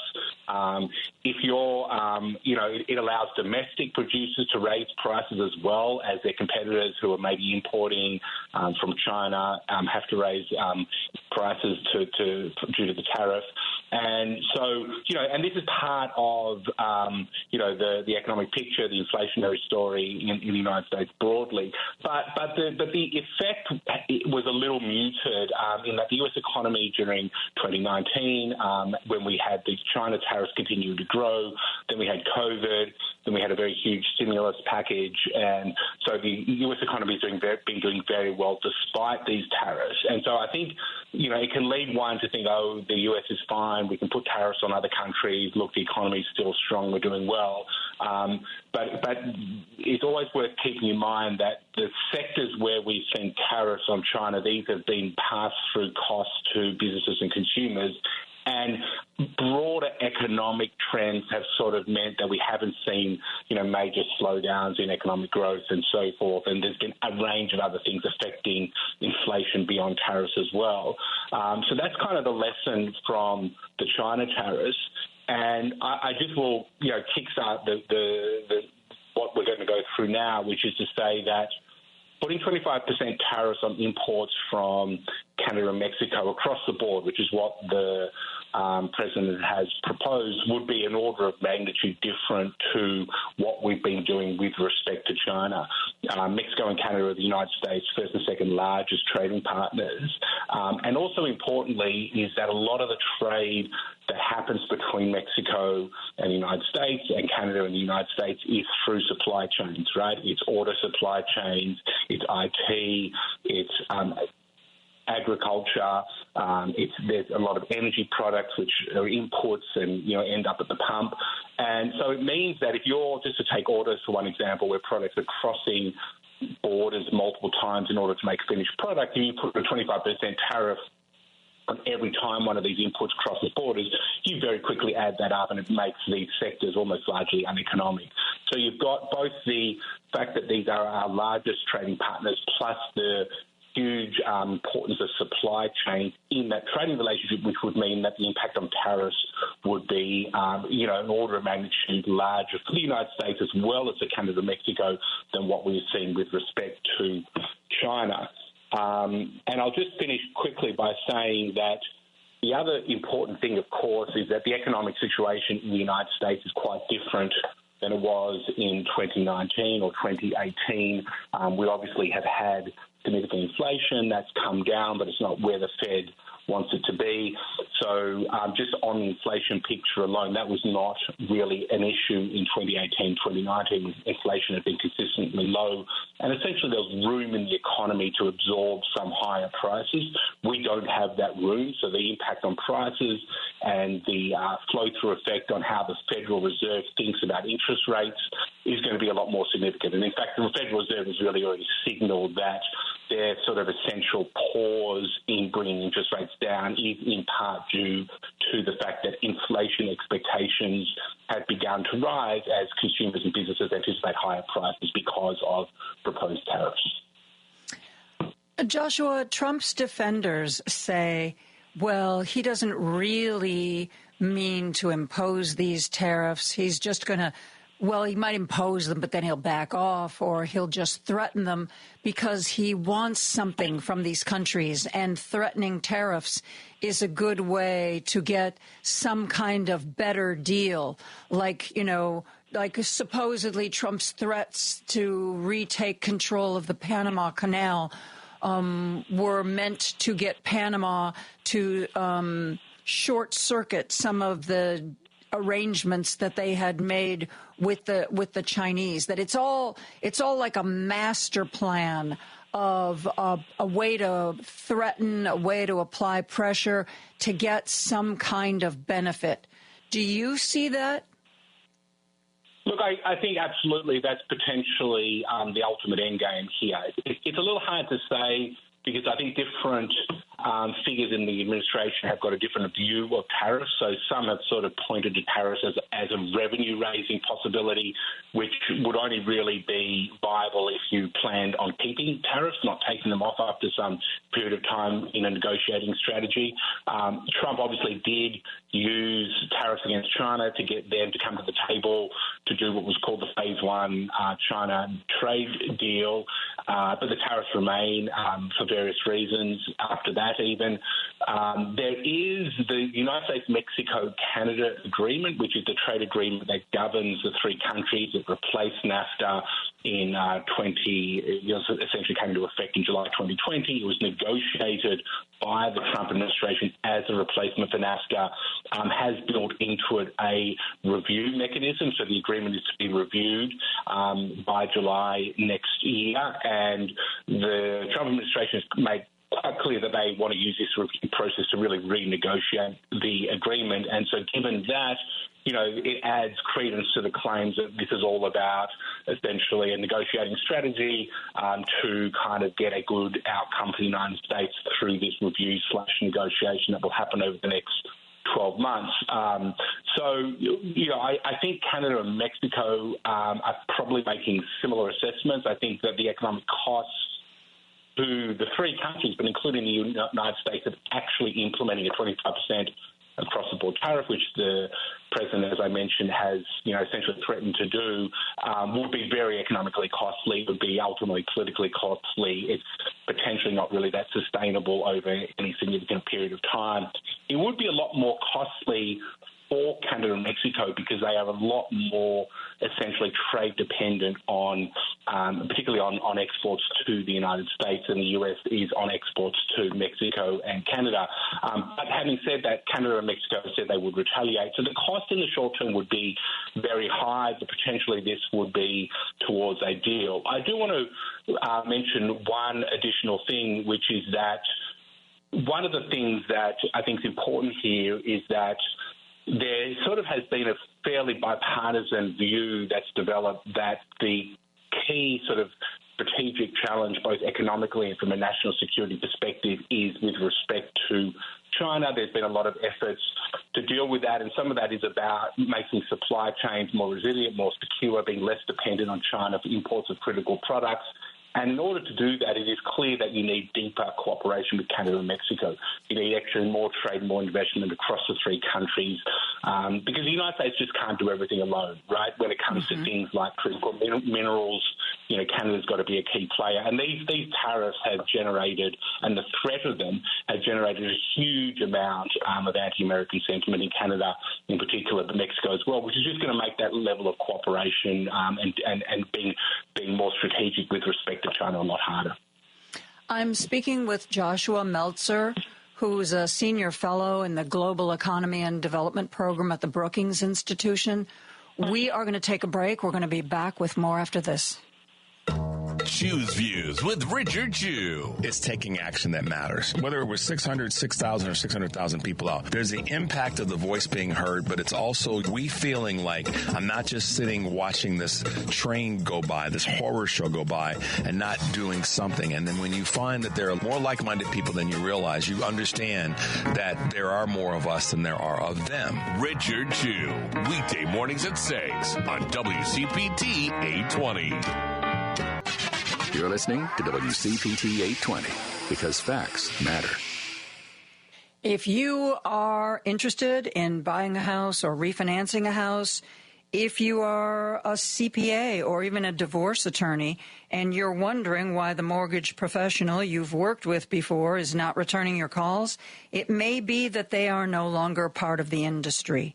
165,000 mortgage professionals haven't renewed their licenses in the last 2 years. That is a huge, huge decrease in the number of people doing this kind of work. At the same time, Team Hochberg has actually expanded. They have more loan officers than before, and they would very much like to earn your business. I have used them multiple times to refinance, and I can tell you for sure that they are really a joy to work with throughout that complicated refinance process. So if you are interested in buying or refinancing, please give them a call. Give them a try. Ask for a free consultation. That number is 855-563-2843 or go online 56david.com. That number again, 855-563-2843 or online 56david.com. Lower.com, equal housing lender, NMLS 1124061. Joan Esposito, live, local, and progressive on WCPT 820. I'm joined by Joshua Meltzer. His research focuses on international economic relations, how technology and trade policy come together. He is a fellow at the Global Economy and Development Program at the Brookings Institution. And Joshua, while I have you here, I've always been curious about how organizations like Brookings do what they do. What kind of data do you collect? What kind of people do you talk to? How do you put together?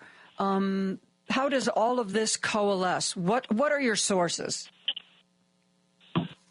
Yeah, I mean, it's a great question. It's obviously quite resource-specific. Brookings, for those of your listeners who are not aware of it, is a nonpartisan research focused think tank based in Washington, D.C., and we do a lot of work across a range of topics. On the trade front, we are very focused on making sure at the end of the day that we are using sort of the most reliable, high-integrity data sets to sort of inform our work. So we rely, as you can imagine, on a lot of statistics and data coming out of relevant U.S. agencies, out of the international organizations like the OECD and the World Bank and the IMF and so forth. There's a lot of triangulation happening, particularly when you have to think about global trade, because different countries use different ways of measuring data, measuring movement of goods and services, and so pulling that together into a coherent whole is part of the challenge.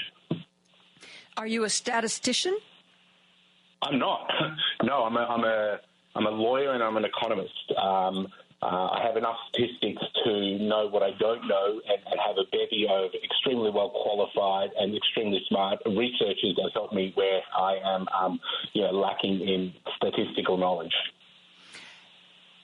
I don't know about the current administration, but I am guessing that political administrations previously would look at what you have put together and perhaps use it to influence policies or laws. Is that still happening? Anybody calling you up, Joshua, and saying, Joshua, got to have that latest paper you just wrote? Yeah, I mean, you put your finger on a very kind of challenging element that's evolving in Washington, which is that part of what's happening undoubtedly is ideology rather than a clear sense of ultimately what's going to produce a better outcome, I think, for the U.S. I think the people implementing this think that it will be better for the U.S. ultimately, but it's not really all that factually driven. Donald Trump himself has focused incessantly on bilateral trade balances as a sign of whether the U.S. is winning or losing, which I think is very well understood as being like a misleading, to say the least. There is, I think, a broader sense about whether countries in the aggregate have deficits or surpluses and what those challenges are. So China is a huge trade surplus country, as is Germany for that matter. The US, Canada, Mexico are actually deficit countries. The US has obviously run a very large trade deficit. They absorb surpluses from other countries. And I think there are legitimate concerns about the imbalances that trade surplus countries drive and how trade deficit countries absorb those imbalances and what that means for their own economy. So there's a legitimate issue, I think, at play in terms of how do countries that are very open to trade and have open capital accounts like the United States deal with countries that are putting in place largely beggar thy neighbour policies that are aimed at stimulating their own export sectors, not really importing much, and they, in effect, then export those policies to the countries that absorb their exports. And that is part of the reason why I think responding to China is a serious and legitimate thing that the United States and other countries should be doing. But that's not true of Canada. That's not true of Mexico. So even though there are bilateral trade deficits between the US and Mexico and US and Canada, they don't tell you really all that much about the health of the overall US trading relationship. There are plenty of people, I will say, in Washington and in the community broadly who are caring about these issues, that are very interested in the data and are still kind of going to be making the arguments. And ultimately, some of these policies will run into reality, right? I mean, the claim that the US doesn't pay for tariffs has run into the reality that, in fact, we did pay for them, right? We will continue to pay for them as these policies, if and when they do get implemented. And that will then flow through to other economic indicators, interest rates, share indexes, and so forth. Joshua, how do you factor in the human element? For example, Elon Musk has outsized influence on Donald Trump. Elon Musk is getting ready for Tesla to do a huge battery production facility in China. China is a huge market for EVs. So you would think that somebody who apparently has the president's ear would be very inclined to create a favorable relationship trade-wise, economically, with China.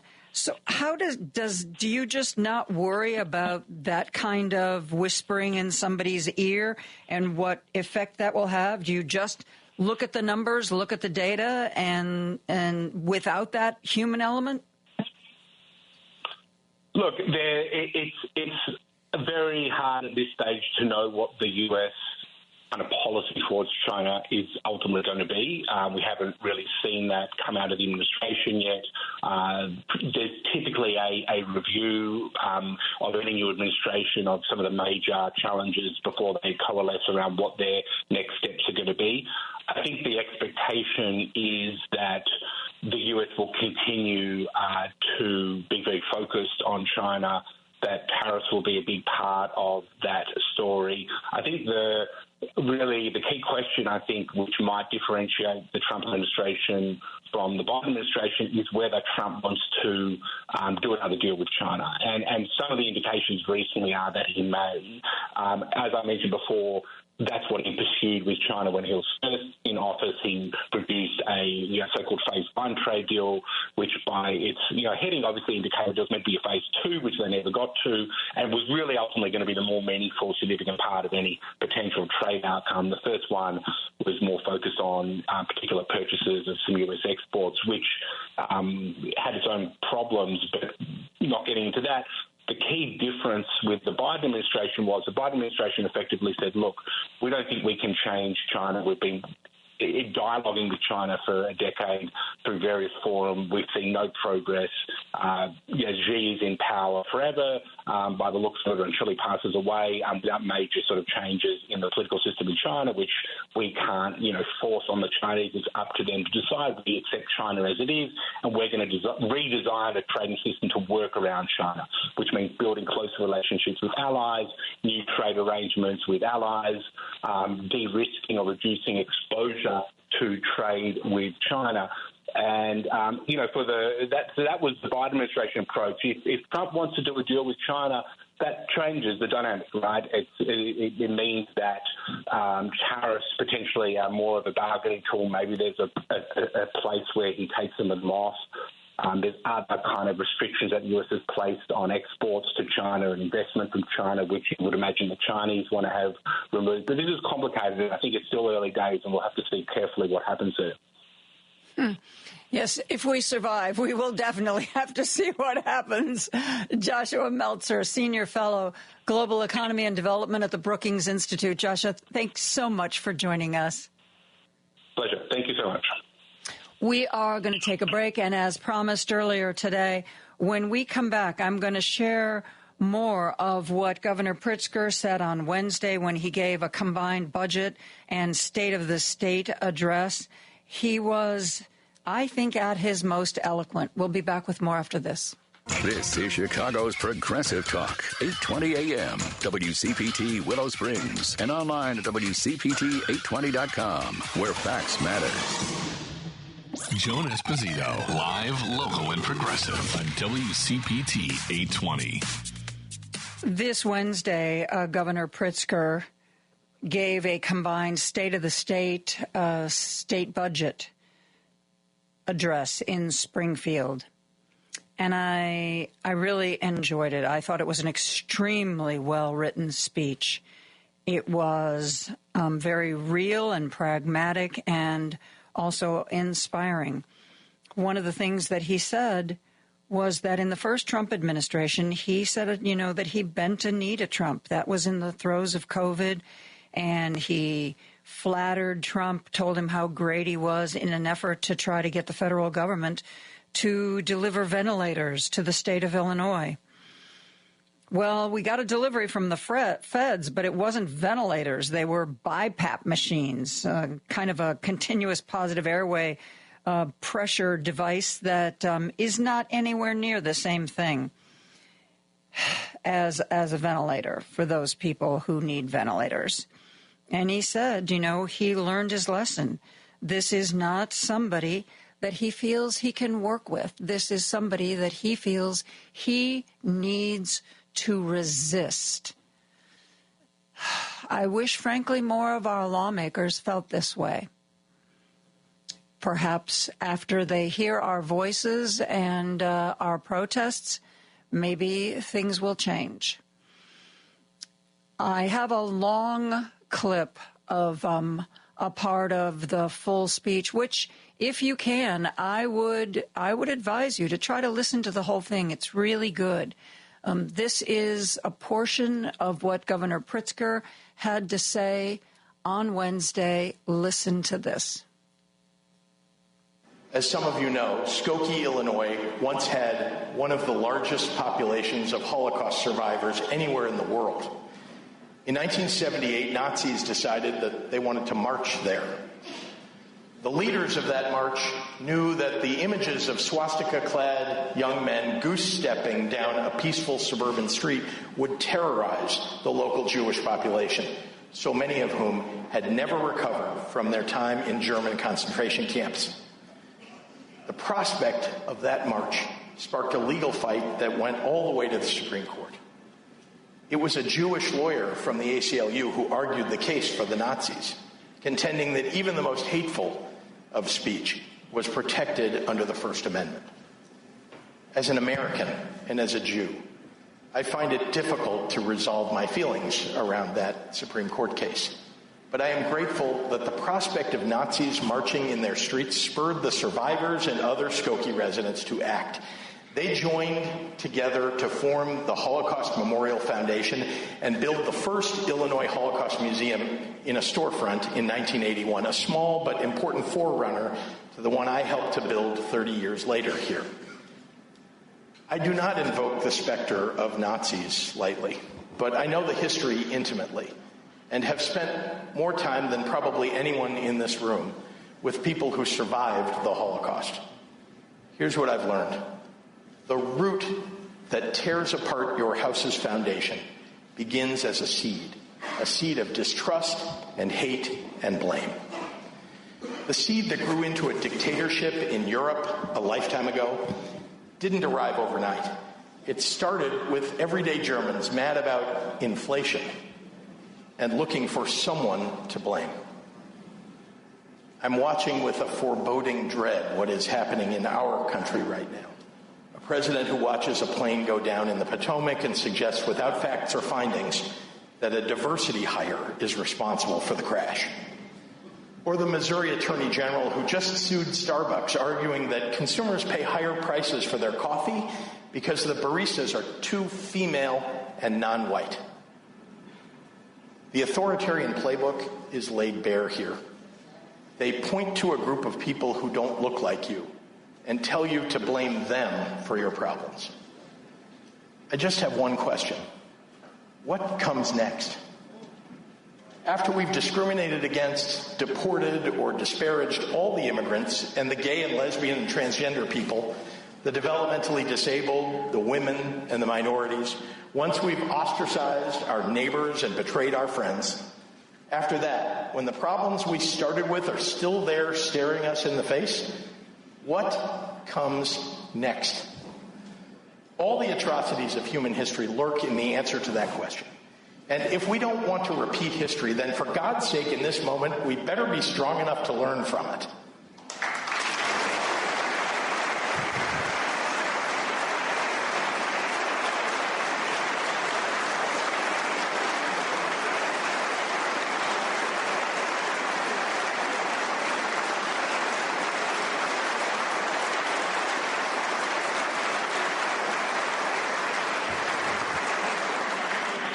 I swore the following oath on Abraham Lincoln's Bible.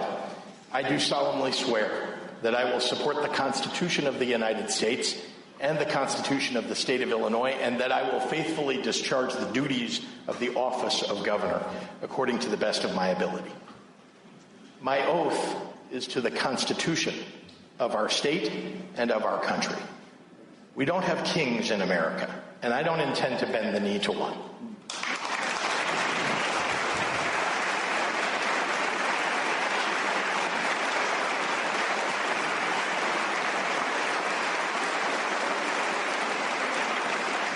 I'm not speaking up in service to my ambitions, but in deference to my obligations. If you think I'm overreacting and sounding the alarm too soon, consider this.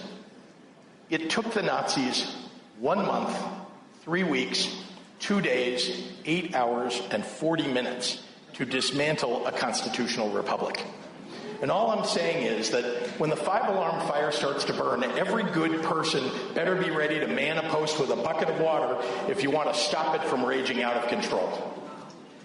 Those Illinois Nazis did end up holding their march in 1978, just not in Skokie. After all the blowback from the case, they decided to march in Chicago instead. Only 20 of them showed up. But 2,000 people came to counter-protest. The Chicago Tribune reported that day that the rally sputtered to an unspectacular end after 10 minutes. It was Illinoisans who smothered those embers before they could burn into a flame. Tyranny requires your fear and your silence and your compliance. Democracy requires your courage. So gather your justice and humanity, Illinois, and do not let the tragic spirit of despair overcome us when our country needs us the most. Thank you.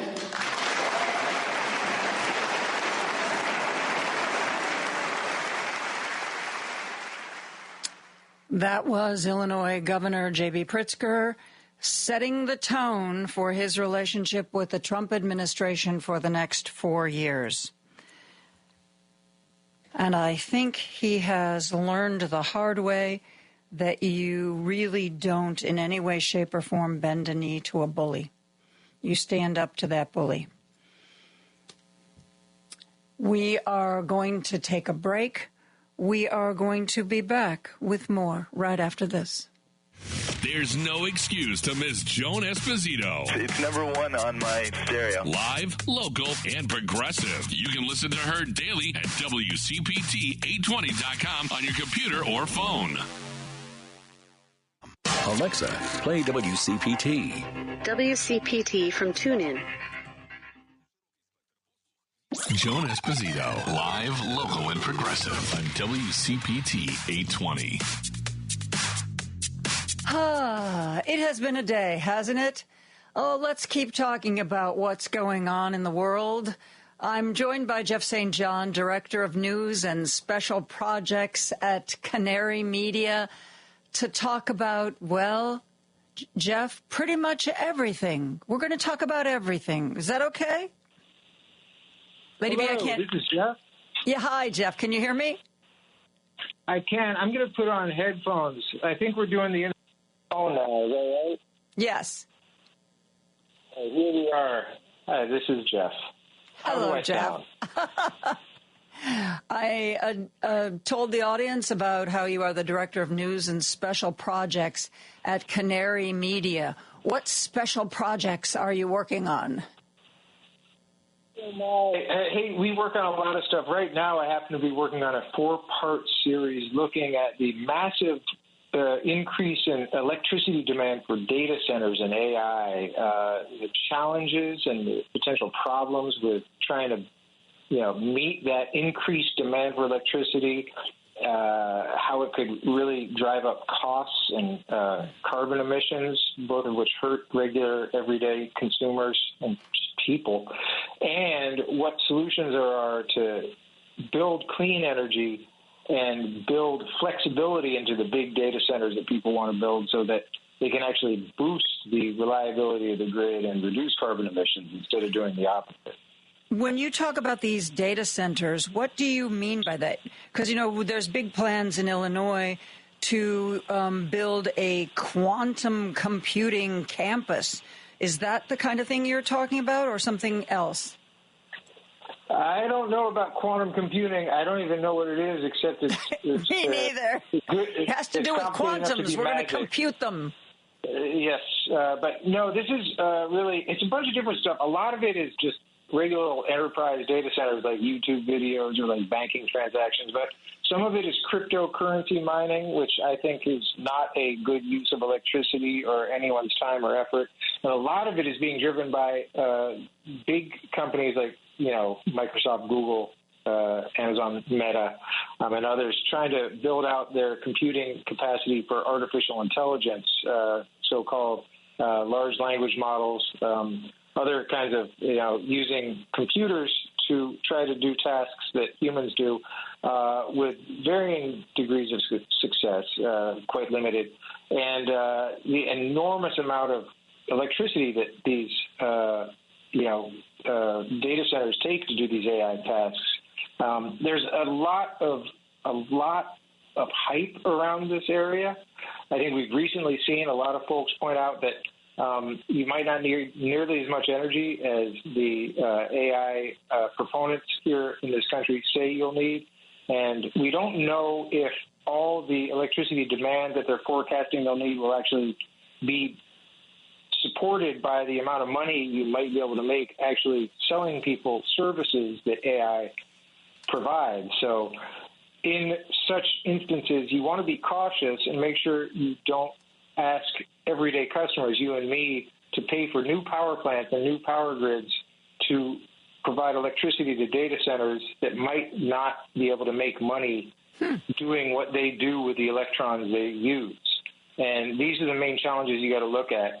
There are, however, responsible data center developers and companies that want to find ways to use less dirty electricity and bring more clean, renewable electricity and batteries and geothermal power and nuclear power, which is carbon-free, onto the grid. And working on ways to do that could help the grid at large find ways to unlock more capacity for building clean energy and getting it on the grid, and that would be a good thing. So that's what we're working on. Donald Trump signed an executive order that he titled Unleashing American Energy. What do you think about that? What's your take on it? Well, I can tell you what has happened since that executive order was issued. In the days after that executive order was issued, federal agencies across the government started to freeze the disbursement of funds to thousands of cities and counties and nonprofit organizations and for-profit companies for money that they had a contract with the federal government to get to do work that they had promised they would do under grant programs that were created by the Inflation Reduction Act, that's the big climate bill passed in 2022, and the Infrastructure and Jobs Act, the Infrastructure Investment and Jobs Act in 2021. Now, that is not legal, is the argument of a lot of folks, including, I would say, federal judges who have issued temporary restraining orders and enjoined the Trump administration from simply denying these thousands of contracted grantees the ability to access money that Congress appropriated and that federal agencies have signed contracts to deliver to these people. Despite those court orders, a number of these grantees have continued to report that they have not been able to receive the funds that they are owed and contractually obligated to receive from the federal government. This has been a highly harmful and disruptive ongoing event. Grantees are reporting having to furlough staff. They have paid for work that are unable to recoup the expenses of doing from the federal funds they are contracted to receive. And the federal government has Jeff, yeah, you covered your mic there for a second. We lost that last sentence. Okay. This has been a highly disruptive, event. It's an ongoing event. Grantees just say they've been having to furlough people who are working for them. They've had to postpone or cancel programs they had planned. They're having to cover the costs of projects expenses that they're already undertaken. And they're telling the partners, including for-profit companies and communities around the country in rural areas and cities in states across the country, that they don't know if they're going to be able to continue working or not because the federal government has refused to honor its promises to fulfill its end of a bargain, a contract, a legally binding contract it struck to provide these organizations and companies with money for services they're contracted to do.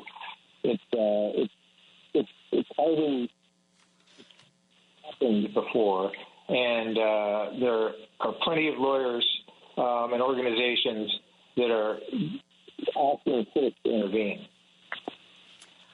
So basically what you're saying is that the chaos that is affecting many parts of the government and soon to be disrupting our daily lives is taking place here too.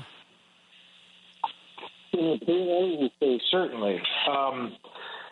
This is, I know that the Unleashing American Energy executive order had this blanket statement saying that it was going to try to, or ordering the federal government to cease all quote-unquote Green New Deal activities. This is the Trump administration's chosen term for the Inflation Reduction Act and the bipartisan infrastructure law. But what we're talking about is electric school buses for rural and urban school districts. They're using the money to get school buses that are not just cleaner and better for the health of children and communities, but cheaper to operate and run over the long term than diesel buses. We're talking about programs that help farmers put solar panels on their roofs or replace decades-old chiller equipment with modern chillers that save electricity. We're talking about, programs that fund high-speed electric vehicle chargers along highways and major transit corridors across the country, particularly those in less densely populated areas like rural communities where it would be hard for a private company to say, I'm going to put an EV charger there. I think I can make money on it because there are not enough EV drivers there. But if you don't have the chargers, people might not want to buy an EV. So you're making it easier for people to afford EVs, which are cheaper to own over the long term than an internal combustion engine vehicle. These are all that are harming people that have nothing to do really with climate. They have to do with saving people money and creating jobs. That's another important thing you got to remember here, is that there are a lot of manufacturing jobs, a lot of service jobs, a lot of construction jobs tied up with these projects, and a majority of those jobs are, in fact, in congressional districts represented by Republican members of Congress. Is this the sort of thing, Jeff, where if in the midterm elections Democrats regain a little bit of power in the legislative area? Is there anything that they would be able to do? I would have to defer to people who are far more expert than I am on the workings of the federal government. I can say that I have read and published the opinions of other people who have expressed that this is an unprecedented move by the Trump administration. The Constitution gives Congress the power of the purse. That is, it gives it the authority to collect taxes and spend money. And the executive branch, the president, is, in this case, declaring itself kind of superior over the Congress in declaring that it can decide whether or not the money that Congress has appropriated will actually be spent. At the heart of the lawsuit have been filed by state attorneys general and by nonprofit groups that have yielded these federal judge court orders demanding that the Trump administration end the freeze. Now, in some instances, Trump administration appointees to federal agencies have stated that they are complying with those court orders, but they have subsequently issued directives to senior agency staff saying that they are going to continue freezing funds to grantees under these programs while they investigate any instances of waste, fraud, or abuse that may be occurring.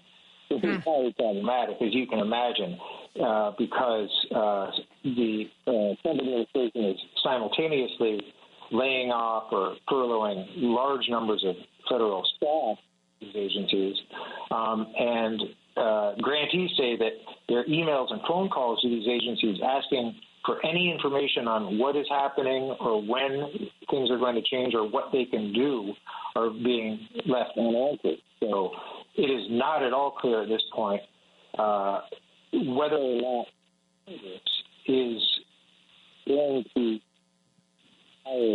hire. Jeff, I think we're losing the signal, but it's a moot point since we're at the end of my time anyway. Thank you for talking to us, Jeff St. John, Director of News and Special Projects at Canary Media. If you can still hear me, Jeff, thank you for being here today. That is going to do it for me. Driving It Home with Patty Vasquez is, of course, up next. She's going to be talking to Mary Gibson, who's a candidate for the Naperville City Council. Always interesting interviews when you're talking about somebody who's running for office. I really enjoy those. Driving It Home with Patty Vasquez coming up right after news. She's on from 5 to 7 p.m. Tomorrow morning at 6 a.m., Richard Chu kicks off our day. As he does every Friday, he's going to be talking to Karen Byrne of the True Blue Politics podcast. He's also going to be talking to Yolanda Androso, Executive Director of One Aim, Illinois, and Elizabeth Beavers, Congress Watch Director at Public Citizen. That is going to be from 6 a.m. to 8 a.m. Tomorrow, we will, of course, do what we always do, spend the first half of the show taking your calls, talking about the news of the day, and then we are going to be joined by Ed Yanka from the American Civil Liberties Union of Illinois. I think we're going to have to set something up with Ed to do it on a regular basis because the ACLU is one of those organizations that is going to be fighting the Trump administration at every turn. I've had a couple of guests in the last couple of weeks, remember, that said, if you have any disposable income, if you are thinking of donating to some sort of political cause, donate to the lawyers who are waging these fights. And while there are other organizations like Mark Elias and the Democracy Docket, the ACLU is there every day bringing cases to court to try to fight for us. Remember, our interviews can be found as a podcast, Joan Esposito full episodes, Joan Esposito featured interviews, so you can get that wherever you get your podcasts. That is going to do it for me. Have a great evening. Find a little bit of joy tonight, okay? Have a great evening and good night.